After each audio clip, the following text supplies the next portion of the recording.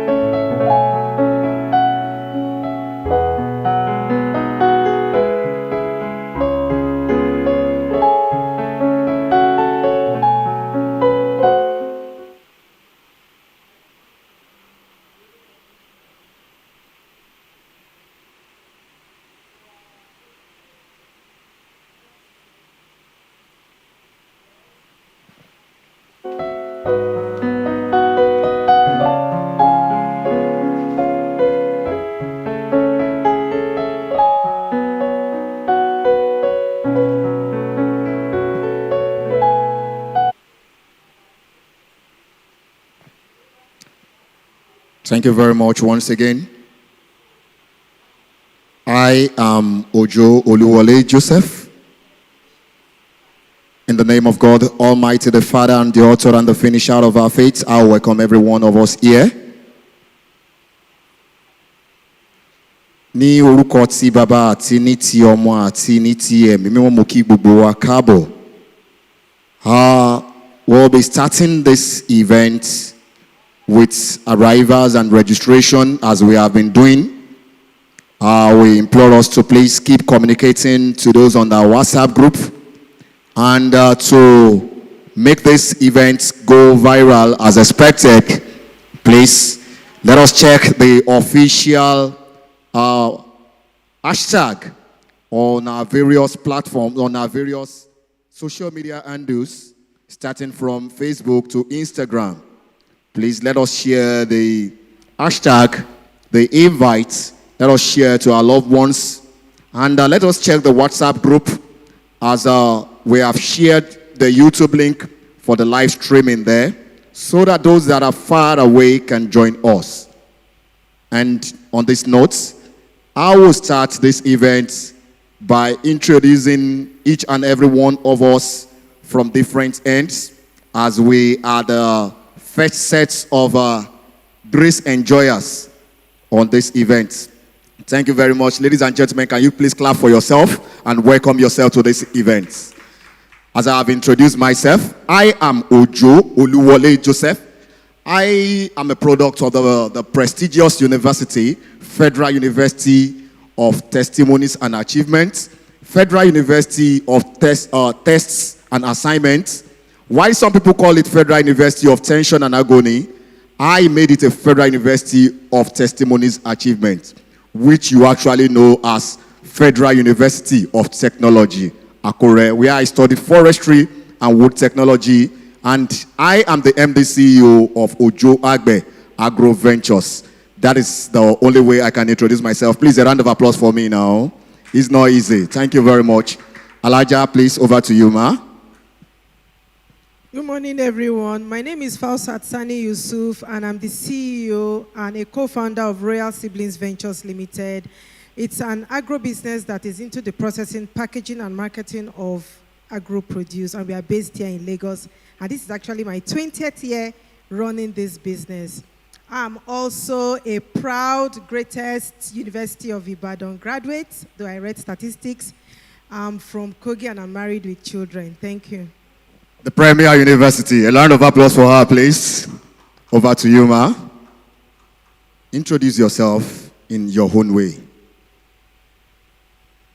Okay, good morning. My name is Dr. Rita Jabin, and I'm the CEO of Readiness Herbal. We manufacture herbal teas. Herbal teas. A round of applause for her. That is the woman in Trado medical line with good packaging. Am I right? Okay. Thank you. Good morning. My name is Austin Mokoro. I'm from NISAT. I'm the Business Development Manager, Lagos State. Thank you. A round of applause for these NISAT people. Please, a round of applause for this man from NISAT. I have a reservation about that. Sometimes ago, NISAT came to my hometown with a very good program. The program was basically on to train the cocoa marketers, the cocoa buyers. Yeah, they came to my town and as a stakeholder in the cocoa business, a teacher, one of those people that they came to train just had to say, my man, you will be the one to save me out. I can't withstand this program. And I did excellently well with NISAT, and I expected to do more with NISAT. Thank you very much. Yeah. Over to you, sir. Well, my name is Matthew Alabi. I came from so many names. Ruchim. Ruchim is an organic herbal tea producer across Nigeria, and we're exporting of agro products to Ghana, US, Canada, UK, and recently Zimbabwe. A round of applause for him. This is an agro exports conference. This is the real one. Yes, I can see. Thank you. Over to you, mommy. Mommy, should I make you laugh, or I should still be on the compare? Okay, let me make mommy laugh. Let me say, mommy, oh, wakpelaye. You don't do. Good morning, everyone. My name is Janet Ajibade, founder of Mamushka Foods, an agro-food processing company where we produce seasoning powder using locally sourced herbs and spices, free from chemicals. We're in the business of promoting healthy eating and healthy lifestyle. Thank you so much. Thank you very much, please. Okay, over to you, ma. Hello, good morning, everyone. My name is Grace Amexi-Patrick. I'm the CEO of Gracoy Grand Ventures. We are into agro-processing, packaging of millet and plantain flour that can be used as swallow, and also you can use it for pancake. It's good for children and adults. And we are also into packaging of spices, garlic, ginger, and we are into packaging of kuli too. Thank you. A round of applause for her, please. Okay, let me do a little bit of agriculture. Let me do a little bit of being an expert as far as taxonomy is concerned. Okay, you mentioned ginger, right? Let me tell you the botanical name. You used ginger, right? Let me tell you the botanical name, Zygneba officinalis. Okay, I'm waiting for somebody that will challenge me. Just mention the name of that crop. I will tell of that plant. I will tell you the botanical name. I'm waiting for that challenge. Over to you, sir. Your introduction. Good morning, everyone. My name is Adefila Uweye. I'm a freelance ICT consultant. A round of applause for this man. I think this man has been the secret of the tech behind this program. A round of applause for him, please. A round of applause. He has done excellently well. God bless you, sir. And to you, Daddy. Yeah, my name is Bright. I am a farmer. I'm a processor. I'm a trainer. And I'm also into tech. Thank you. Thank you very much. A round of applause. Let's applaud ourselves. We are all excellent. We are all good. Okay, who is to challenge me? Who is to challenge me? Bring the challenge. Bring the challenge. Oh yeah, now, nice hat man. Just be mentioning the crop. Let me tell you, it's here. Let's go now. What do you say? Moringa. That's Moringa oleifera. Coriander. Mommy, you are taking me away from Nigeria. You are taking me away from Nigeria. Let's stay in Nigeria. Cocoyam. Why do you throw me to that way now? Oh yeah, let's go. Another one. Is that for Ebolo? No. Limit me to trees. They get me today. Oh. I used to be a champion when I go to secondary school to deliver some lectures. But today, I need to step up my game. Okay, yeah, let's go now. Rice, orisa, sativa, pineapple. That one no day here for now. Let's go. Oh yeah, let's go now. There are citrus SPP. We have citrus sinensis, citrus whatever.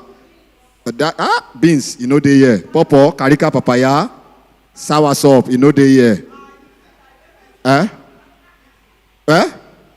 Beetroot. Okay, let's stay on trees. I studied forestry. Let's stay on trees. Thank you. A round of applause for yourselves. That means now people who senior me now here meet here today. People that are more exposed than myself. Well, thank you very much. A round of applause for ourselves, please. Today, I won't be doing it alone. I'll be doing it with this my very great Oga. The man is a great man of timber and caliber. That's all I can say for now. Please kindly introduce yourself. Okay, my name is Sheyi Shodeko. I'm one of the staff of the organizer of this program. Let me just leave it at that. Thank you. A round of applause for him. God bless you. And you see, behind every successful man, there should be a friend. And behind every successful friend, there should be a backup. Please, ladies and gentlemen, join me with my childhood friend, Adebayo John. He is into what I do as well. Please, a round of applause for yourself. Introduce yourself to us.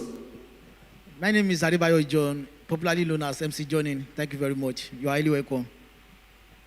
God bless you. Please, ladies and gentlemen, please let's stay tuned as we kickstart the event anytime soon. God bless you, Sarahs and Mass.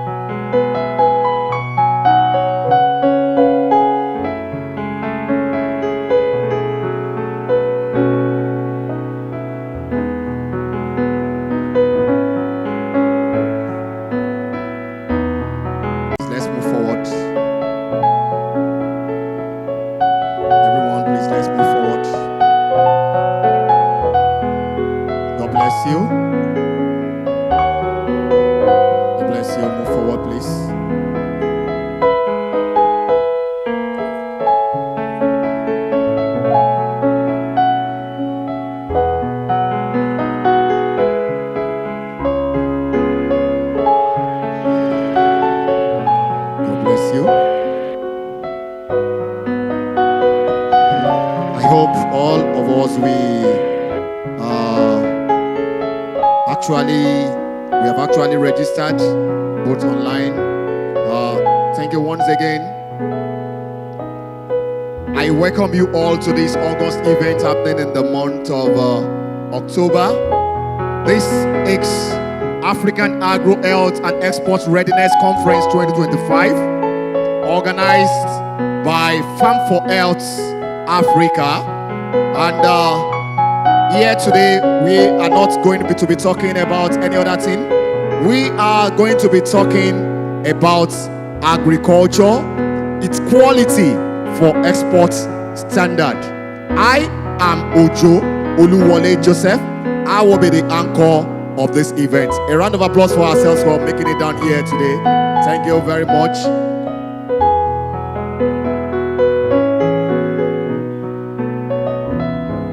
Please, let's move forward, please. Let's move forward. Let's move forward. These front seats are for us. Please, let's move forward here. Please, I'm imploring us. Please, let's move forward. God bless us all. Please, these seats are for us, not here, please.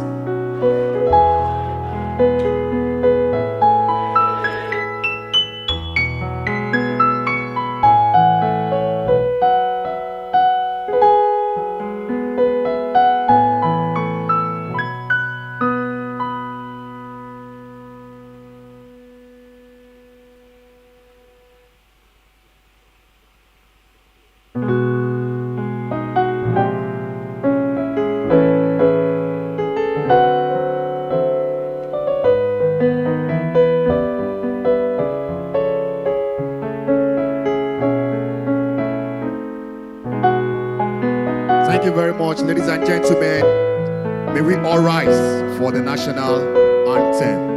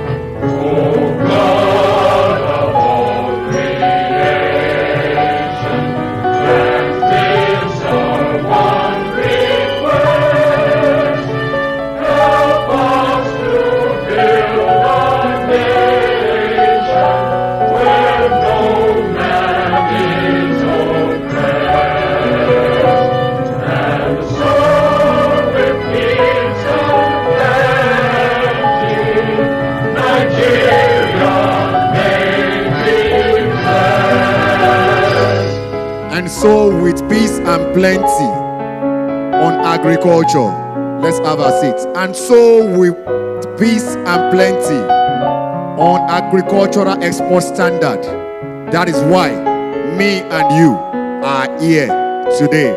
Ladies and gentlemen, but we give a round of applause for Farm for Health Africa for putting this wonderful program up. A round of applause for Farm for Health Africa. God bless you. And it is on this note, I will have to call our Father in the Lord to lead us in the opening prayer as we commit this program into the hands of God Almighty. Ladies and gentlemen, please, with a clapping ovation, and I will say, let us give honor to whom honor is due. I have the privilege and the honor to call the attention of our Father in the Lord. We wherever he is, Pastor Anthony Bigler. So please come forward to give us the opening prayer. Please keep clapping on that until that man gets here. Let us honor God in his life. Let us honor God in his life. Please keep clapping until when that man gets here. Please keep clapping. God, we honor you too as well as you do so. God bless you. God bless you, Daddy. God bless you. We are expecting you. We are expecting you. God bless you, Daddy. Wherever you are, may God Almighty continue to renew your strength in the mighty name of Jesus. Pastor Anthony Bigler, we are waiting for you, Daddy, to come and lead us in the opening prayer. Thank you, Daddy. Please let us stand up as he's coming forward to give us the opening prayer. Let us stand up to honor God in his life. God bless you, Daddy. God bless you, sir. God bless you, sir. We are waiting for him. We are waiting for him. We are waiting for him. We are waiting for him. We are waiting for him. We are waiting for him. Is he not yet around? Is he not? Daddy? Okay, sir.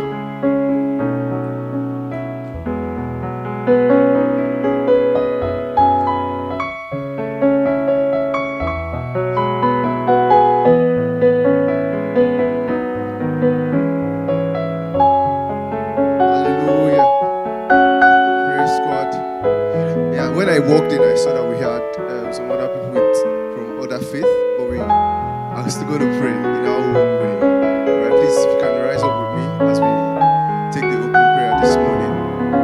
Heavenly Father, we bless your holy name. We thank you, oh God, for making this day a possibility. Lord, this day is loaded. We have had plans. Lord, we are committing everything into your hands, oh Lord. We pray that this day shall be a blessing unto each and every participant in the name of Jesus. The words that will be shared, the information that will be shared will be useful in our daily lives in the name of Jesus. Lord, we commit every speaker into your hands. Lord, we ask that you refresh them, you grant them wisdom, how to table their words. Lord, speak through them and anoint their words this morning in the name of Jesus. We open the service in the name of the Father, and of the Son, and of the Holy Spirit. Amen. You're welcome. Thank you very much. God bless you, sir. God bless you. God bless you, sir. A round of applause for him once again. May God Almighty continue to renew your strength in the mighty name of Jesus. On a particular day, I met a wonderful man. A man with great vision as far as agriculture is concerned. A man that has a great foresight. He is the founder and the CEO of FHA, Farm for Health Africa. Ladies and gentlemen, join me. Welcome the founder of Farm for Health Africa in person of Blessed Ola Saints for the welcome address. A round of applause for him, please. A round of applause for this man. A round of applause for this man. This man has been on his toes, putting things in place to make this event to come into place. Thank you. God bless you. Over to you, sir. Good morning, everyone. I'm Blessed Ola Saint, and first, let me apologize for starting late. Of course, we had series of planning and lots of efforts put into this, but then it's a good one. Notwithstanding, great things are coming and greater days ahead. So, of course, also I want to appreciate those who are joining us online. Thank you for being part of this program. Thank you for being part of the African Agro-Health and Export Readiness Conference 2025. It's the maiden edition, and we're going to have a series of that. We will know about that in the course of the program. It's a vision, and which is really going to, I believe so much in what God has for us. And as a Christian, I remember in the Bible there was a question: is there not a cause? So, and when we know that is a purpose, that is a cause, then it's easy for everybody to run along. So I have the welcome address. So please help me get the welcome address and give to everyone. Distinguished guests, partners, colleagues, ladies and gentlemen, I want to appreciate our Father and the Lord, Reverend Tony Akemi. Thank you, sir. Thank you for always supporting us, for always being there, and for always being a pioneer, so to say, of wellness and the right food. Let me put it like the right food in Nigeria. And their resident pastor here, Pastor Tony Bigila, thank you. They are our hosts, so we appreciate for giving this support. And I want to appreciate and welcome dear madam. See, we met last year, and I was trying to tell about this vision, because something is not a vision that so many people actually understand.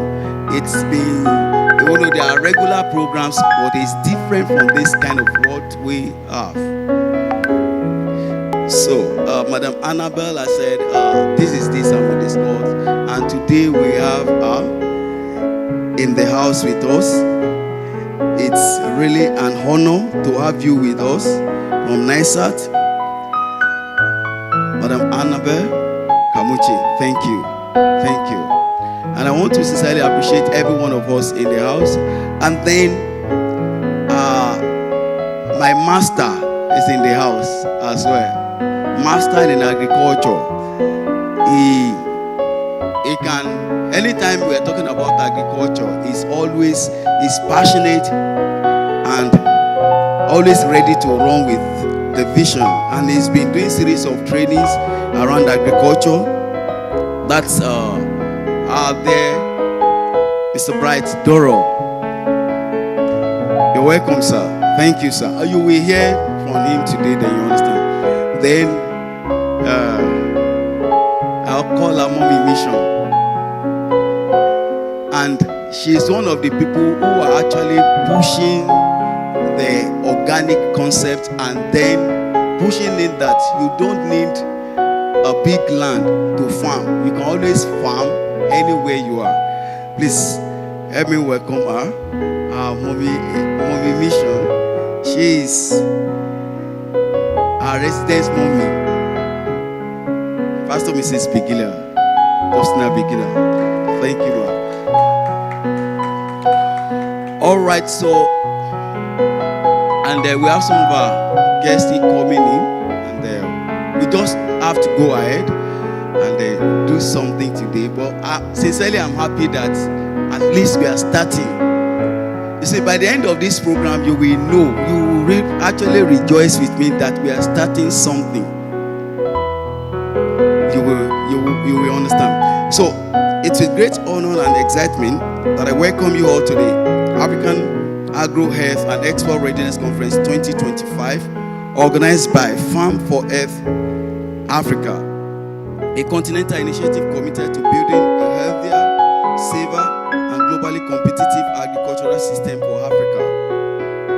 Farm for Earth Africa was founded on a simple but powerful vision to drive healthy food systems, agro-tech innovation, and farmer prosperity across the continent. Our mission is rooted in the belief that Africa's path to economic transformation and sustainability health begins on our farms. In the soils we cultivate, the inputs we use, the methods we apply, and the food we deliver to the world.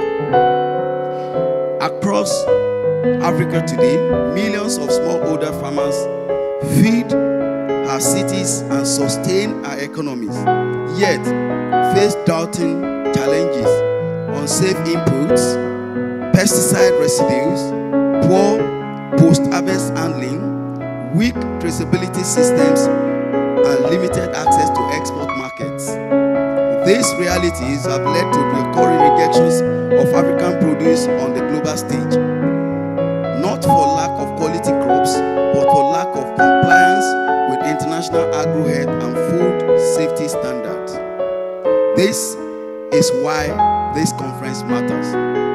Today's gathering brings together farmers, exporters, certifiers, regulators, agri-tech, innovators, development partners, and consumer advocates to confront these issues head-on. We're here not just to talk, but to connect, to innovate, and to co-create practical, scalable solutions that will transform the way Africa grows, processes, and trades its food.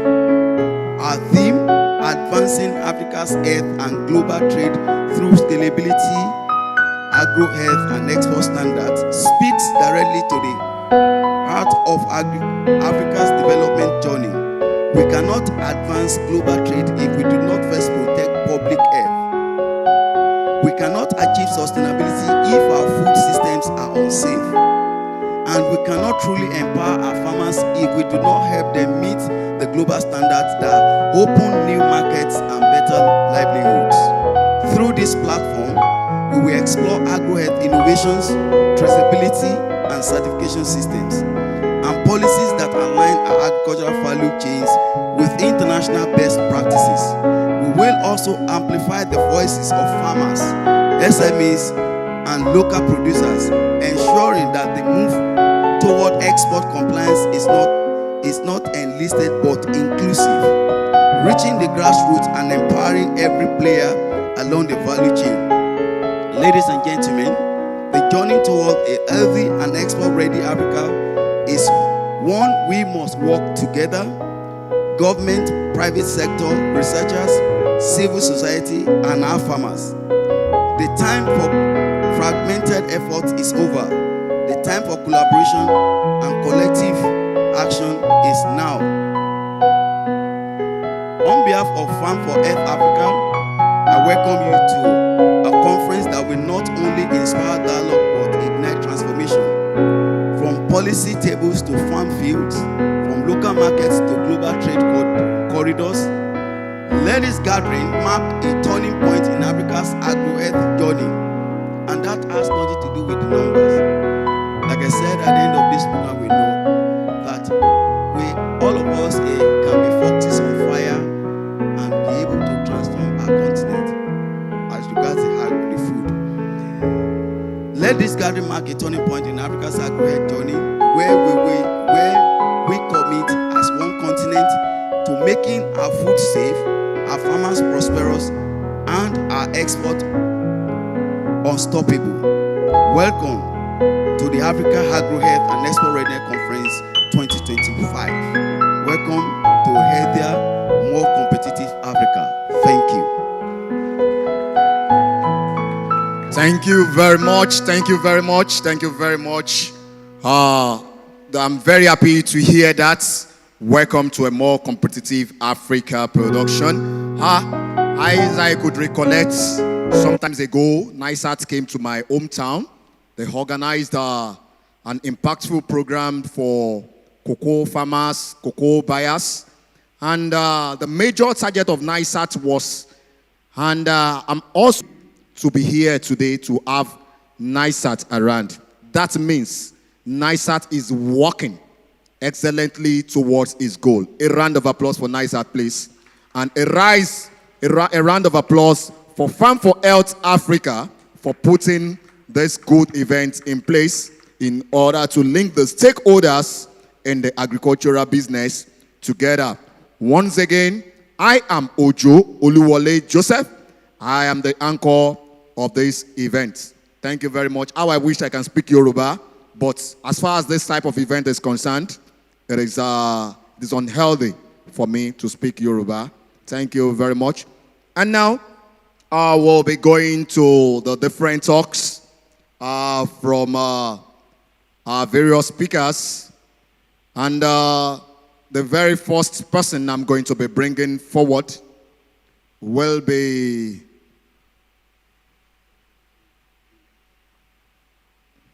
okay. The very first person, come back here, sir, please. I will need you to stand by my side. Okay. Okay. The very first person I'm going to be bringing forward As the keynote speaker of today, let me describe this man as a man of great high intellect, a man of great timber and caliber. Before you can call somebody a coach, that means that person has a great experience about that particular field. That means that person has been given a lot of trials and he has actually proved himself to be right. Ladies and gentlemen, join me. Welcome Reverend Tony Akinyemi as I speak on From Farm to Physiology, Transforming Lives through Agro-Health Awareness and Functional Nutrition. A round of applause for him again. God bless you, sir.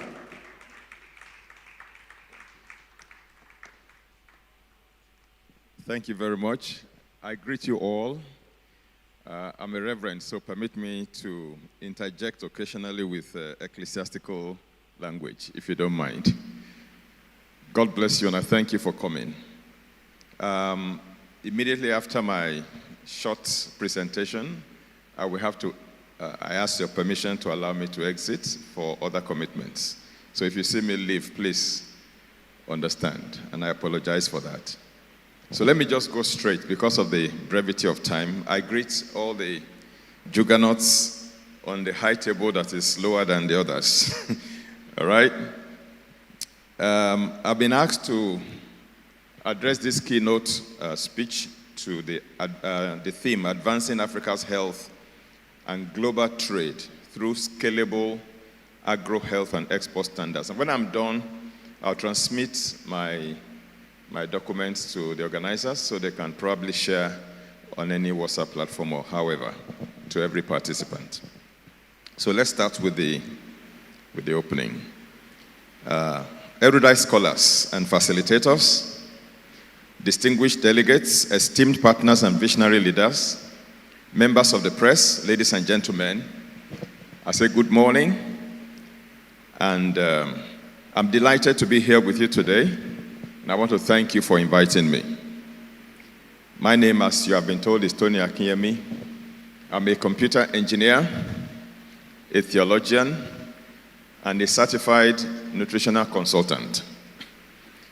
A board-certified holistic health practitioner by the American Association of Drugless Practitioners. We use food as medicine in our practice. That's why I believe that agriculture is very central to health. Okay, now it is a profound honor for me to address this pivotal conference on advancing Africa's health and global trade through scalable agro-health and export standards.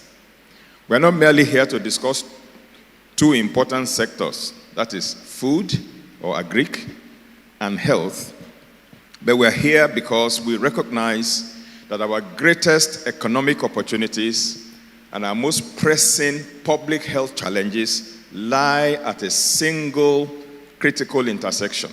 And that is the food we grow, process, eat, and export to other climes. Hippocrates, the acknowledged father of modern medicine, was quoted to have once said, "Let food be thy medicine, and medicine thy food," thus establishing the link between our food and our health outcomes. For too long, we have treated health and trade as separate silos. One, a social mandate, that's our health, and the other one, an economic pursuit, that's trade. Now, today, we declare them inextricably linked, connected, interconnected, interrelated, interdependent. Africa's journey to becoming a global economic powerhouse rests not just on the volume of our exports, but on the quality, the safety, and certified excellence of those exports. Now, without a shadow of a doubt in my mind, advancing Africa's health and global competitiveness in food production and exports will culminate in a double dividend, and that is health and wealth. So if you ask me for the executive summary of my brief presentation, I will say that Africa faces a dual challenge. One, improving public health outcomes, while two, expanding our participation in global trade. Now, scalable agro-health and export standards offer us practical pathways to achieve both. By integrating market-based quality and safety requirements, and by deploying modular, regionally harmonized standards, backed by appropriate certification and capacity building, African food producers can access new markets around the globe, reduce health risks, and build resilient value chain. This framework supports the African Continent Free Trade Area and also aligns with the African Union Agenda 63, as well as the Codex Alimentarius and global best practices in food safety. Now, the AU Agenda 2063 is the African Union's strategic framework for inclusive and sustainable development, integration, peace, and security. It aims to deliver on the Pan-African vision of an integrated, prosperous, and peaceful Africa by the year 2063. We still have 38 more years to go to arrive in 2063. We might think that 2063 is still far away, but if we are not intentional in planning, strategizing, and implementing a sustainable action plan, 2063 might come upon us and we will still remain where we are, if not worse, relative to other continents around the globe. God forbid. So what is the great promise and the dual challenge? Now, Africa is home to nearly 60% of the world's uncultivated arable land. You know, the whole globe is covered, 70% of the planet Earth is covered by water. Only 30% is solid ground.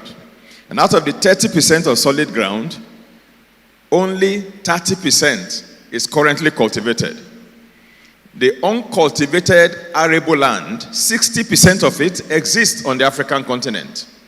There's no reason Africa should be hungry, and there's no reason Africa should be poor. There's no reason Africa should be unhealthy, given the natural endowments that God has given to us to cultivate our own food that can serve various purposes. All right.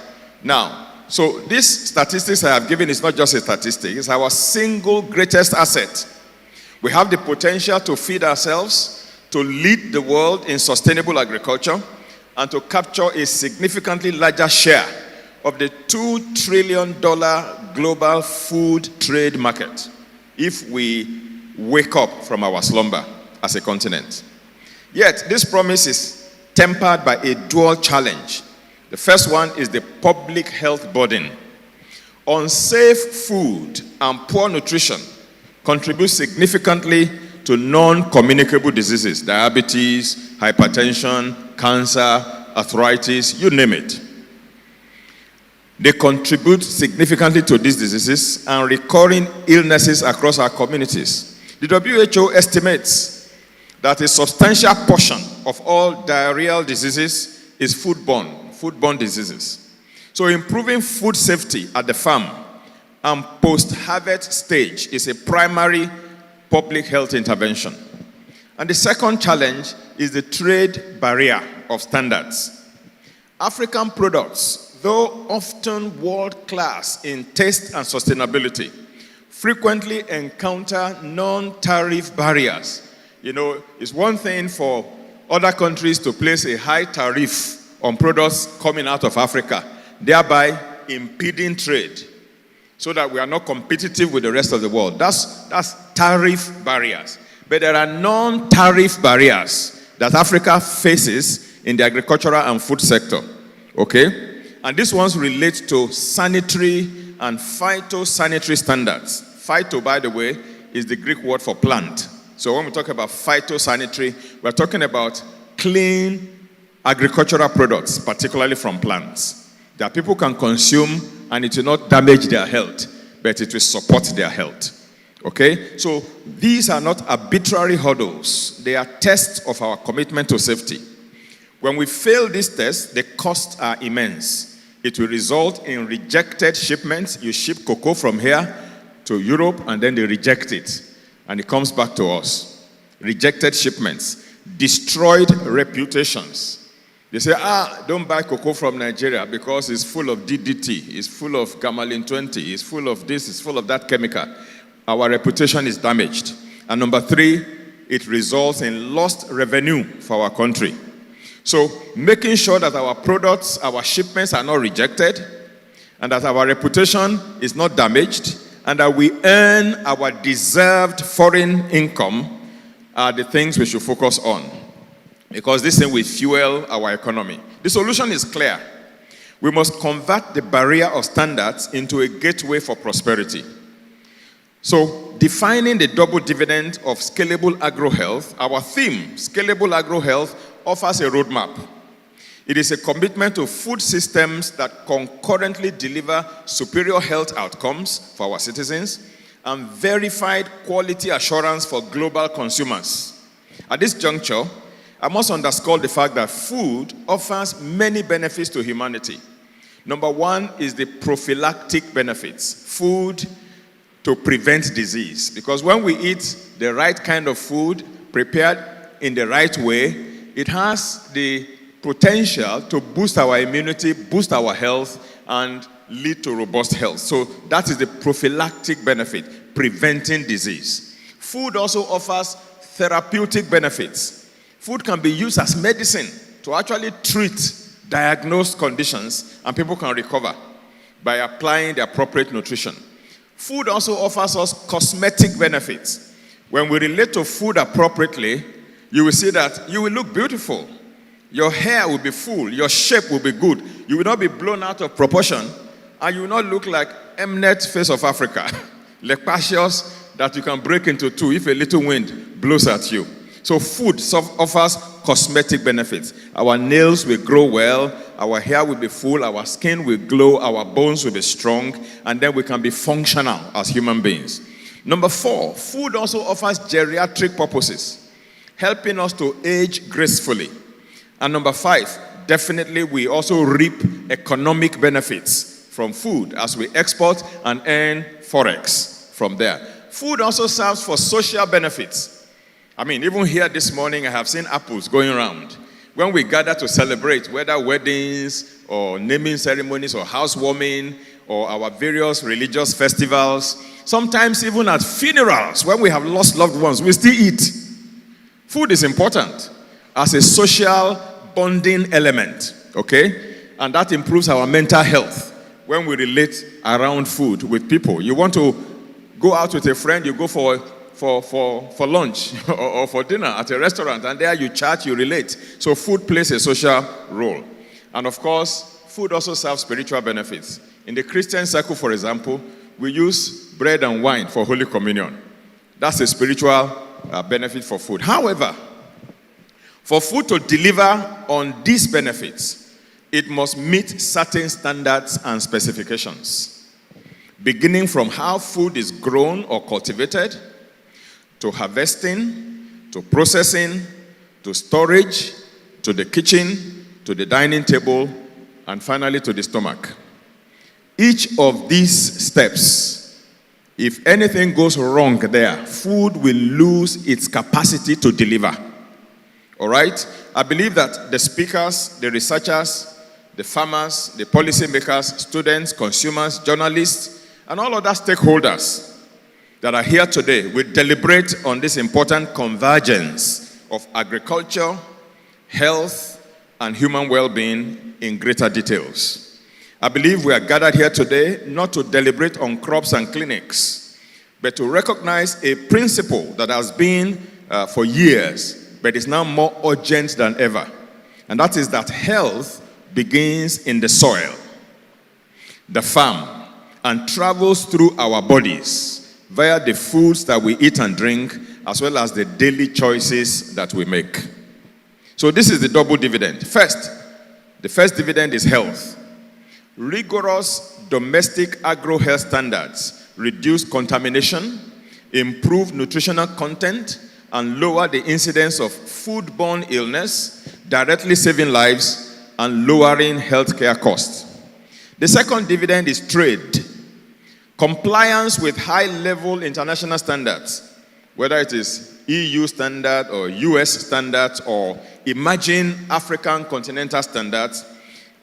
Now, when we comply with these regulatory standards, it unlocks premium markets and attracts foreign direct investment and ensures higher, more stable export prices. So we must shift from reactive crisis management.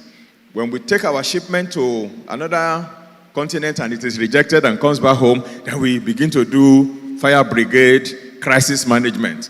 Why did they reject our food? And all of that. We must shift from this crisis management approach to proactive system building, whether it is in relation to our health or to our exports. Now, this requires 4 key pillars of action in my personal view, and that is what I want to submit to us today. Pillar number 1 is the policy and regulatory backbone. We must harmonize our national and regional sanitary and phytosanitary frameworks. The sheer fragmentation of standards across the African continent often stifles even intra-African trade, not to talk of global exports. All right? So that's the first one. The second one is technology and infrastructure. Scalability demands technology. We need to provide access to simple, affordable digital tools for smallholder farmers who produce the majority of our foods, such as digital traceability systems, decentralized testing labs, where products can be tested right here and certified before they are put into containers to travel abroad, so they don't get rejected when they get over there. And then these standardizing organizations must also be internationally certified, such that if a particular organization here has certified a product, international community recognizes that that organization that certified it has a reputation. And so they just take it as good enough if that organization has put their label on it as certified. All right? And then cold chain logistics is also important, because the journey from farm to table passes through different phases. And sometimes, particularly products that get damaged, easily, we need to find a way to transport them around. And the third pillar is capacity building and certification. Agricultural extension practitioners should go to work to help our small farmers to know how to meet standards that are acceptable globally, and also create public awareness. And the fourth pillar is strategic global and regional partnership. We can't do this alone. We must forge strategic alliances that move beyond aid, just collecting aid from abroad, toward genuine co-investment and shared market access. So we call upon our international partners to invest in our agro-health technology centers, not just our farms, to support mutual recognition agreements for our certification bodies, acknowledging the rigor of African standards, and then to structure trade agreements and prioritize sustainable, high-value, and certified African products. So agro-health and wellness, from farm to physiology, which is the particular area I am supposed to emphasize. As I conclude, I come to you with a simple message today, that agro-health is not a niche interest. It's a practical, transformative approach to wellness that limits farming practices and links its produce, nutrient density produce, and physiological outcomes in ways that can lift lives, especially for the most vulnerable among us. So when we invest in soil, seed, livestock, clean water, sustainable farming, and transparent nutrition, we invest in people at the end of the day. So from farm to physiology, we often think of health as something that happens in clinics or exercise gyms. But the reality is more holistic and more hopeful. Health is a continuum that starts in the land.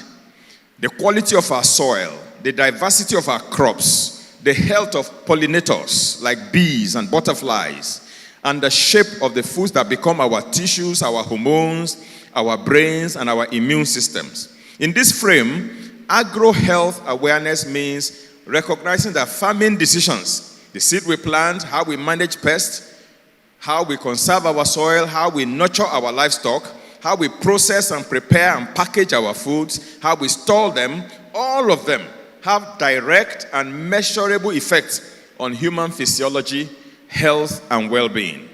Recognizing the links among human, animal, and environmental health provides a useful framework.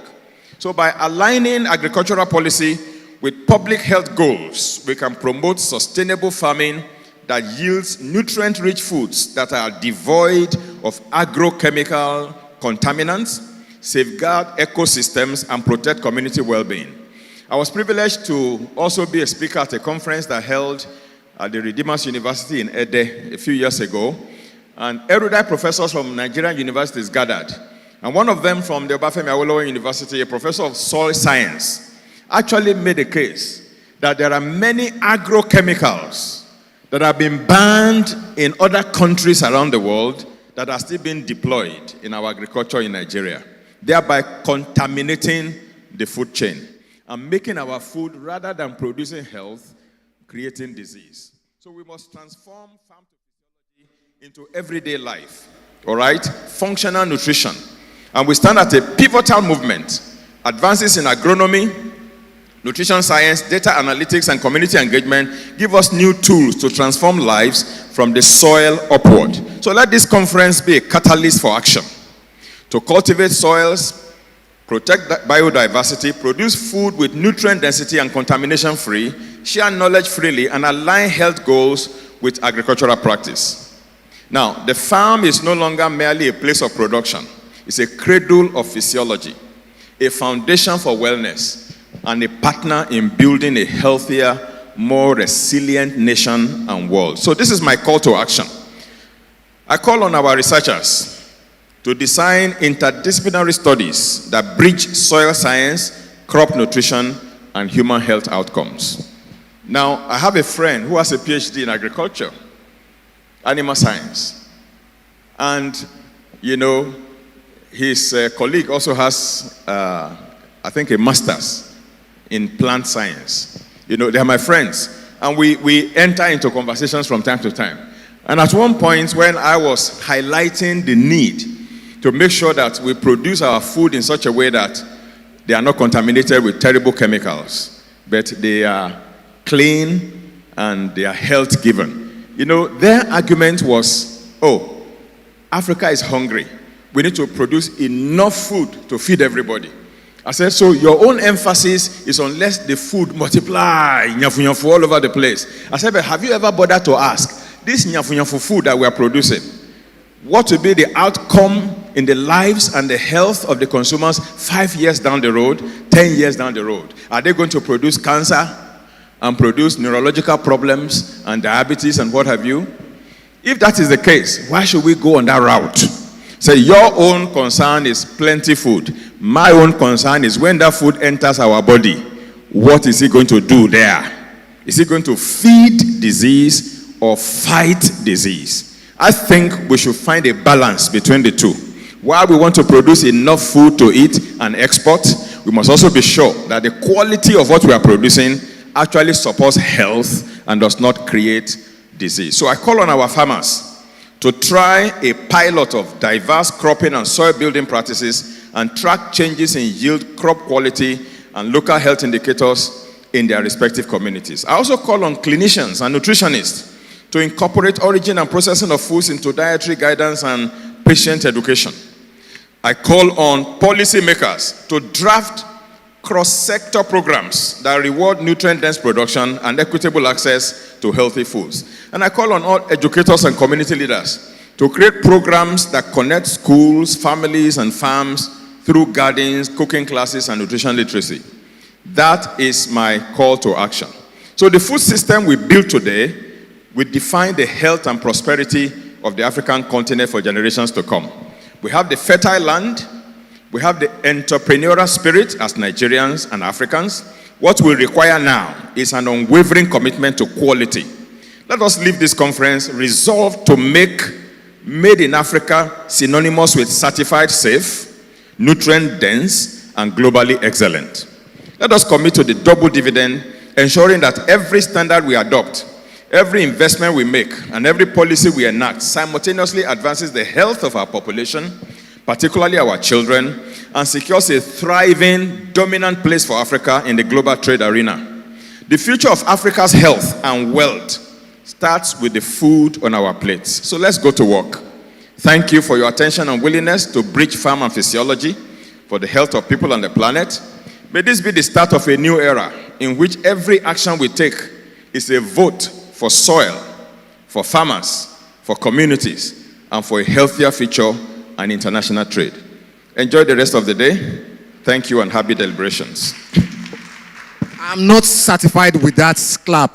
You need to do more. You need to do more. Thank you, Daddy. God bless you. Daddy, please, you don't go yet. Don't just go like that. You need to take a group photograph and certificate presentation with all other participants before you leave. Thank you very much for doing justice today. Sir, okay. You need to do that. Daddy, please come forward, sir. God bless you. Please keep clapping for this man. He has done an excellent work. No. You've done excellently well. God bless you, sir. Thank you so much, sir. So, I said something that it's a vision, and I know it's been my father in the Lord for years, and this is a passion. And I actually, the color, you can hear that it's not a paper, it's a life. And so we appreciate you, sir. And we, your children, we are ready to do more. I mentioned something. If you have ever taken juice, that is when we talk about the raw, not the packaged one. 20 years ago, there was no raw juice in Nigeria. 21 years ago. It came through the ministry, the Shepherd's Flock International Church, and the Avila. And today, we are glad that we can see so many companies that are promoting health and they have juice, and it starts from the vision of this great man of God. Thank you, sir. And we appreciate for being here with us. Thank you very much. God bless you, sir. On behalf of young agropreneurs like myself, I say thank you. God bless you, sir. God bless you, sir. God bless you, sir. Okay, please, a group picture. Please, because he will be leaving, please. Okay. Thank you very much. As the group picture is going on, I would like to say this. Sometimes ago, a particular man was looking for a particular breed of cassava. And I was just wondering, why is this man looking for this particular species of cassava? He said, this cassava fights prostate cancer. And I was like, is that true? So with respect to this, I will challenge the authorities of NISA to please help us work on that cassava breed and help us ensure its productivity to be increased, because a lot of people are exposed to prostate cancer presently in this country. So please, it's just a challenge from my hand here as a young agropreneur. Thank you. Now I will be bringing forward the man that has actually brought all of us here today again, the founder and the CEO for Farm for Health Africa, to come and talk about the key problems around agro-health and export business in Africa. Once again, join me, give a clapping ovation to Blessed Ola Saint. Over to you, sir. Thank you. Thank you, our wonderful MC. He's a farmer, and you can see that a farmer is always, we always flow. All right, so please help me, our protocols, please help pass this round, the key problems around agro-health and export business in Africa. Please help pass round. Okay. So, when I was when I was much younger, because I'm still young, so you understand. So I'm actually from Ekwetu-Jesha, and Ekwetu-Jesha is in Osun State, southwest. And then I still remember that we have, right now, I actually have cocoa farm. How many of us know cocoa? How do we plant cocoa and how do we harvest? So I have cocoa farm, and of course, palm oil, I have that, and then the cash crop. And then men in this church, we have a farm at Hope Peak. I'm going somewhere. And that time when I was young, we would go to farm, we walk, and then many of us rarely see chemical.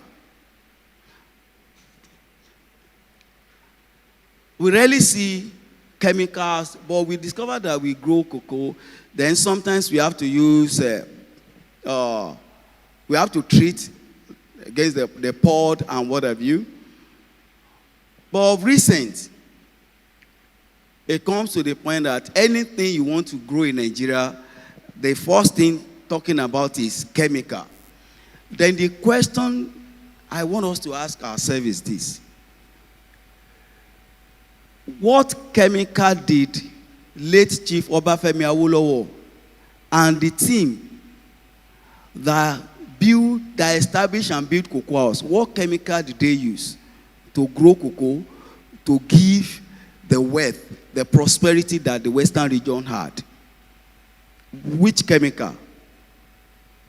Now, some part of the north and the southeast were known with cotton. Excuse me, what type of chemical did they use that time for the foreign companies to come to Nigeria to set up textile companies because of our cotton?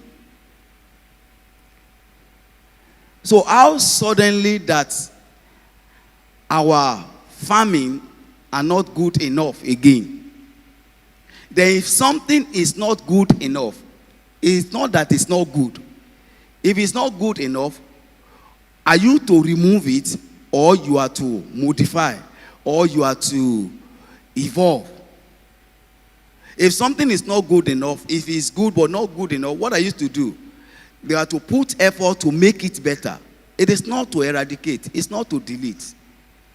So that should be a challenge. That should think our understanding, our thinking, that why are we doing away with our agriculture? That's first. Then, still from Southwest, I remember that there was, in the Yoruba, we call the Fadama, this Fadama is, that time they call that farming system, the land, Akuro. Akuro at the riverside where there is a kind of water, and that is for dry season farming. So what it means is that you do farming during the rainy season. We do farming on the regular land. So during the dry season, we do farming on those land they call Akuro, the water area. And then we heard of Fadama. Fadama started, and suddenly it looks like that's not happening again. And do you know what is happening on our Akuro? On those water areas, we are sand filling to build estate. And government is even a concern that the government is not considering that even if you have a family land that is where there is water, it will be good for farmland. But look at it. The northern part of the country, they understand that. That's why when the loan for rainy season farming is coming, it goes to the north because they maximize their land. So Southwest are not able to farm during dry season because we have sand field, or even government houses were built on the plant that's supposed to be for farming. I was a missionary for 9 years, and in the Laorogun, one day I decided to do a kind of trek research from a street, and I walked and I went through that area to where they had the local government, to the College of Education in Laorogun. I discovered that those lands were not supposed to be building, but farmlands, because there is this river from the street to that local government and that link to where they have the college. But everywhere sandfield and building. There has to be a check. Well, anyway, that's just by the way. But I just need us to understand why we need to begin to think around agro-health and export readiness. And I will explain where are they connected. You know, what actually gave birth to this was the challenge around export business. So one day, when I saw the record, I will share, you will see in the paper, there's some on the record, like 75% of our produce to UK were being rejected. And so when they mentioned all this rejection, and I asked, wait a minute, if all these produce are being rejected, and they are being rejected because of pesticide, they are being, and I said, but we consume all these things anyhow. And that means, like you can hear from the keynote, it means that because they are not certified from the farm, we eat, and the next is that we see many people in the hospital. So it becomes a concern that it's not, what we are to deal with is not exportation. If we can deal with our farming, then we can boost the export GDP. So, and our government is just looking at the level of certification, at the level of export. But what stops us to have NISAT working with the farmers, even while they want to grow the right seed and to use the right fertilizers? By that, and have traceability number. You took apple, you could see traceability number on them.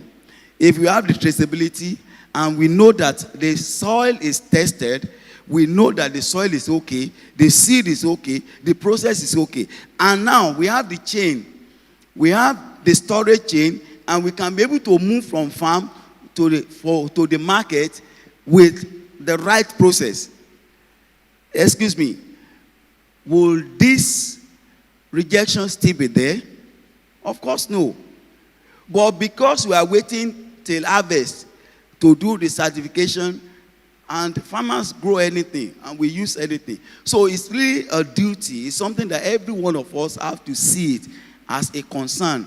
That it's not just, that's what I say, it's not just a talk, it's not a conference. We are going to be having series of workshops around this, and we are talking to farmers, and all of us that will be growing, we should have this mentality. We should begin to grow health-wise. So, key problems around agro-health and export business in Africa. Africa's agricultural sector remains a cornerstone of its economy and a vital instrument for achieving sustainable development. However, the sector is beset with systemic challenges that threaten food safety, public health, and export competitiveness. The persistent misuse of agrochemicals, inadequate post-harvest management, weak quality control systems, and low farmer capacity continue to undermine Africa's potential in both domestic and international agricultural markets. Evidence shows that a significant proportion of the pesticide used across African farms are classified as highly hazardous and banned in the European Union, leading to widespread environmental contamination and health risk. Furthermore, export data revealed that over 70% of Nigerians' food export and substantial volumes from other African nations are rejected due to non-compliance with global safety and certification standards. Weak infrastructure, particularly in cold storage and logistics, result in loss of 30 to 50% of perishable produce, exacerbating food insecurity and economic losses. In response, Farm for Health Africa has been established as a hybrid initiative to address these interlinked challenges through a dual approach, promoting agro-health for human safety and strengthening export readiness for economic growth. Farm for Health Africa integrates farmer education, good agricultural practices, GAP, integrated pest management, RPM, policy, advocacy, and agro-innovation to ensure that African agricultural produce meets international safety standards while protecting public health and the environment. So this paper highlights the key problems around agro-health and export business in Africa. and present strategic evidence-based solutions designed to build a sustainable and export compliance agricultural ecosystem across the continent. Number one is unsafe pesticide and chemical use, as mentioned. And we can see the widespread of high toxic, even the ban, as mentioned. The second one is the rejection of export due to non-compliance, as mentioned. Then the weak infrastructure and post-harvest management. Then low farmer knowledge and support services. We relate with some farmers. We discover that some of our farmers don't even do the soil test. And even when they just plant anyhow. And so farmers plant just with a focus of let's just have something harvest and eat. Farmers don't have the, at the back of their mind, there's nothing like, oh, it's for export. It's not, for so many farmers, it's nothing to them that export or whatever. The dream, the vision is not there. So it's that time we have the vision that when I'm planting for consumption, for my family, my children, my daughter is to eat, my son is to eat, and I'm planting that this is for global. While it's for Nigeria, for Africa, and for global. So my produce should be able to go anywhere. So what are the solutions and our approach? We want to promote integral pest management and good agricultural practices. In fact, we already have a booklet. We have a booklet that we will be starting by 2026. We'll be having a series of workshops with NASAT. We'll be going to farmers and having the sessions with them around the IPM and GAP, so that, and then we are going to really embrace organic fertilizers, the right process of farming than the chemicals they keep sending to us. Then the quality assurance system guiding export readiness. Ordinarily, with the vision and with the gap I saw, the passion, I could just say, okay, I want to do a program and talk to people. But like I said, I had to first met Madam Annabelle that this has been my concern. After that, I remember talking to the NPC DG around it that, look, you only wait for the time of harvest. Why are we neglecting the process of farming? I expect NPC, in fact, we talk at length, and we actually, we at NISHAS, they expected them to be here, because I tried to make them see that, look, now certification at the level of dry harvest is right, but we will have better results if you don't wait till when they bring the produce. If you can go to the farmers, if farmers can understand that for your produce to be certified for export, this and this has to be put in place. This is how to grow it. But we discovered that for now, it's still at the when you bring it. But I believe that it's going to happen soon as we drive this, that we will not neglect the process. NISAT has agreed that we are going to farmers together. We are really going to see how. There's nothing wrong. I did the research and I discovered that like for example, if you look at even in Mexico, the farmers, they don't wait for a dealer. Like, you know, the process, let me use cocoa for example in Nigeria.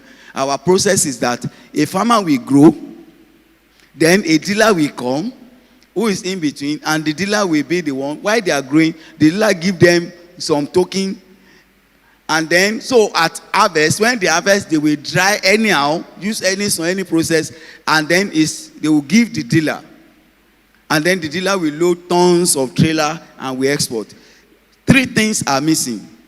And those 3 things are opportunity for us. Number 1 is this. I mentioned in Mexico, traceability, and I use this apple. It's not the dealer, the farmer. As a farmer, I should be able to bring a concept of traceability. I should be able to certify my produce from my farm. So it is not like I'm an export. Like for many of us, especially in Lagos, we join Nigerian Export Promotion Council because we want to do export. But the farmers don't think that they should join, because they see that an exporter will come and buy from us. That's their problem. No, it should be that as a farmer, I should know what is required to export my produce. And then that will help scaling. Then as I have that concept of what will help my produce, it means that I will be able to sign up with NISA that I'm growing organic and I want to export it. Even if I'm going to sell to an exporter, let me do something. So number one is that aspect of certification at the cultivation level, which we have to change. Now, the second one is this. When they gather, the dealer, you see, they just use truck and carry. They use truck, they go to village, they buy. Now, I'm from Osun State and I know the farm.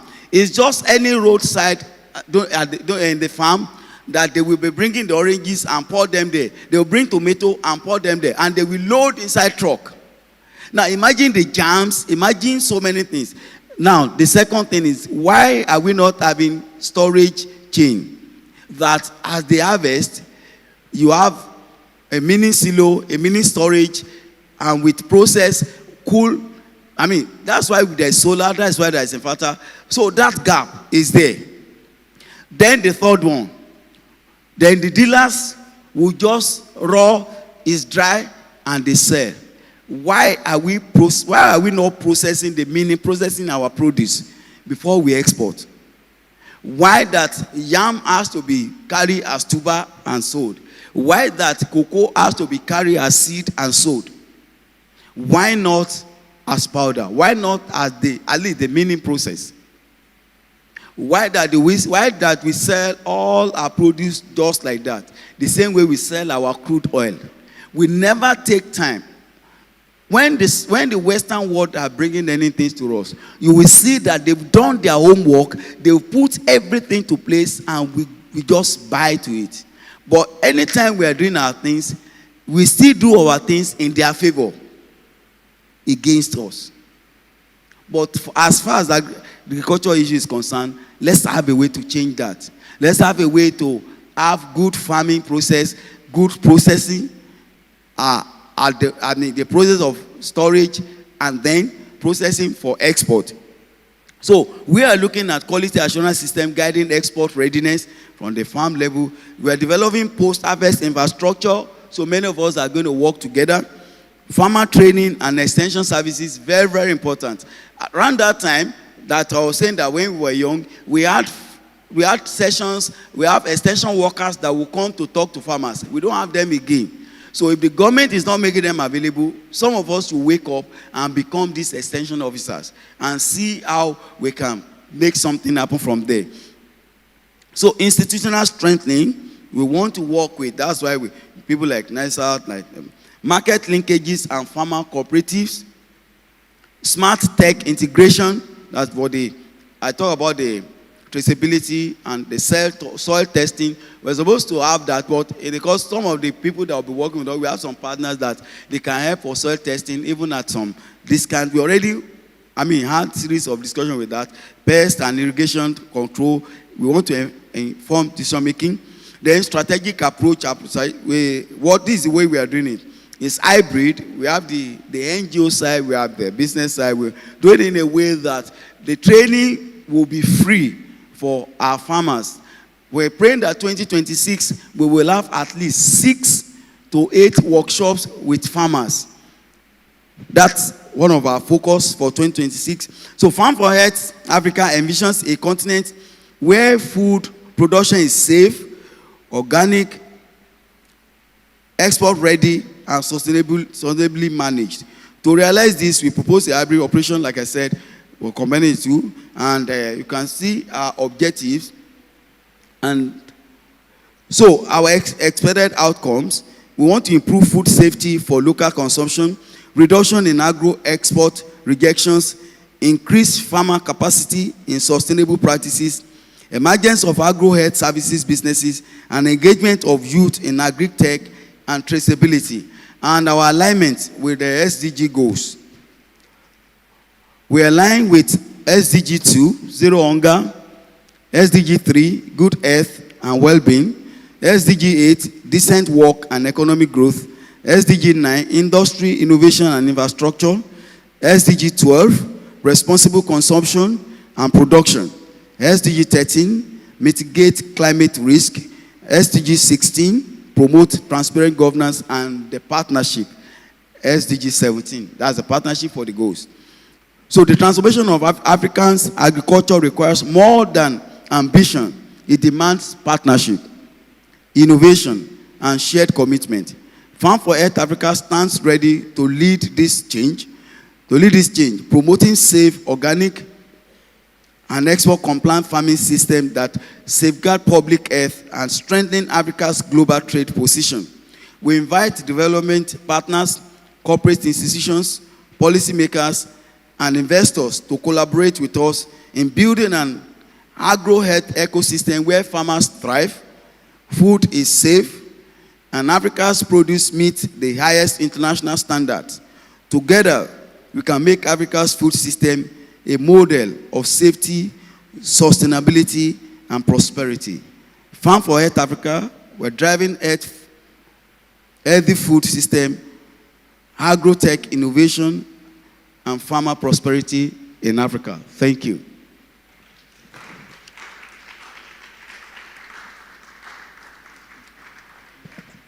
Blessed all our saints. The blessing to agriculture in Nigeria and in Africa. May God Almighty continue to renew your strength in the mighty name of Jesus. I have another challenge for farmers in this country. And the challenge goes to the federal government of Nigeria and to every stakeholders in the agricultural sector once again. Sometimes ago, some people came all the way from Malaysia to come and research on our palm trees, palm kernel, and they improved our palm trees, they improved our palm kernel, they just do a lot of improvements. And presently they will tell you, they will message you to come and buy those seeds from them. Etani seeds. And as far as the world is concerned, Malaysia is being regarded as the highest producer of palm oil. Why can't we recover this? Why can't we recover this past glory? Why can't we redeem this past glory? It is a challenge I'm putting onto you and myself. Presently, I am working on raising about 11 acres of land as I'm working as a consultant for one military officer in my town. What action are you taking as well? Check yourself. Thank you very much. And now, I have the honor and the privilege to bring forward a great woman, a woman of high timber and caliber, a woman of great vision, a woman that has played pivotal roles in agricultural development in our country, Nigeria. Ladies and gentlemen, can you please help me with a standing ovation and clapping as well to welcome our own mother sister, Annabel Kamuche, the GMD of NISAT, as she speaks on regulating clean certification and food safety system. A round of applause, please. Keep coming, keep doing that, please. Keep doing that. Over to you, sir. Oh, I know this man. I said it. It's good to see you again, sir. God bless you. Amen. God bless you. It's good to see you. Thank you, sir. Good morning, everyone. And I have the honor of representing my MD, even though she's here, to talk on this certification and food safety. So I will not take too much of our time. And my name is Toby Raji, and I work with NISAT Limited. So please, the media can have my slide on now. I'll be talking on agro-health and certification, regulating clean certifications and food safety system. So before I delve into the matter for today, I would like to introduce NISAT. So NISAT is an indigenous Nigerian company that we do certification. Certification according to international standards. And we have two independent subsidiaries. We have the NISAT Expert Consulting Limited, and we have the NISAT Limited. So NISAT Limited, on one hand, does trainings, certification, implementation, according to international standards. So these standards are private standards. We also call them market-driven standards, meaning that they are standards that are voluntary. You may decide to comply with them or not, but if and when you decide to comply with them, you have access to market, you are not going to be afraid of rejection, and you get premium on your product. So that is what we do. So NISAT Expert Consulting prepares you in order to meet certification requirements. They help you to comply with these standards. Why NISAT Limited is the auditing company that audits your compliance, your level of compliance, and if there are areas whereby you need to improve, you'll be informed during the certification audit. Now let's go to the topic for today. We can start from slide 4. So when we talk about the next slide, please. The introduction, sorry. So when we talk about the topic for today, Agro-Health and certification, we are talking about the fact that consumers demand safe, traceable, and sustainably produced food. The introduction, safe, traceable, and sustainably produced food, in the sense that globally now, especially after COVID, people are very pertinent, they are very concerned about the quality of what they eat. They want what is safe for consumption. They want what is traceable, meaning that they want to know where these products are coming from. If they are coming from Nigeria, they want to know the farms that have worked on them. They want to know what kind of certification these people have, right? They want to be able to trace both forward and also track backward. And they also want sustainability, in the sense that when Blessed Allah was speaking, he talked about chemicals, excess use of chemicals, right? Excess use of chemicals have caused more harm to our food production system, in the sense that there are soils, there are lands that are not able to use because of the way chemicals have been used on them in the past. That means those lands are not sustainable. So there is now a global demand for safe, traceable, and sustainably produced food globally. And Agro-Health focuses on protecting public health through agricultural practices. The food we eat, if we eat quality food, if we eat safe food, it will reduce drastically the amount we spend on drugs. That is just the truth. And they will say prevention is better than cure. It is better to eat well, right? It is better to eat what is good for the body than to spend so much amount on drugs, because at times you even spend money on drugs and it might not even cure what you need it to do. But if you have prevented it through eating safe food, then you know that you are safe. And certification, let me just talk briefly about certification. Certification is just a way to show that you have complied with the appropriate standard.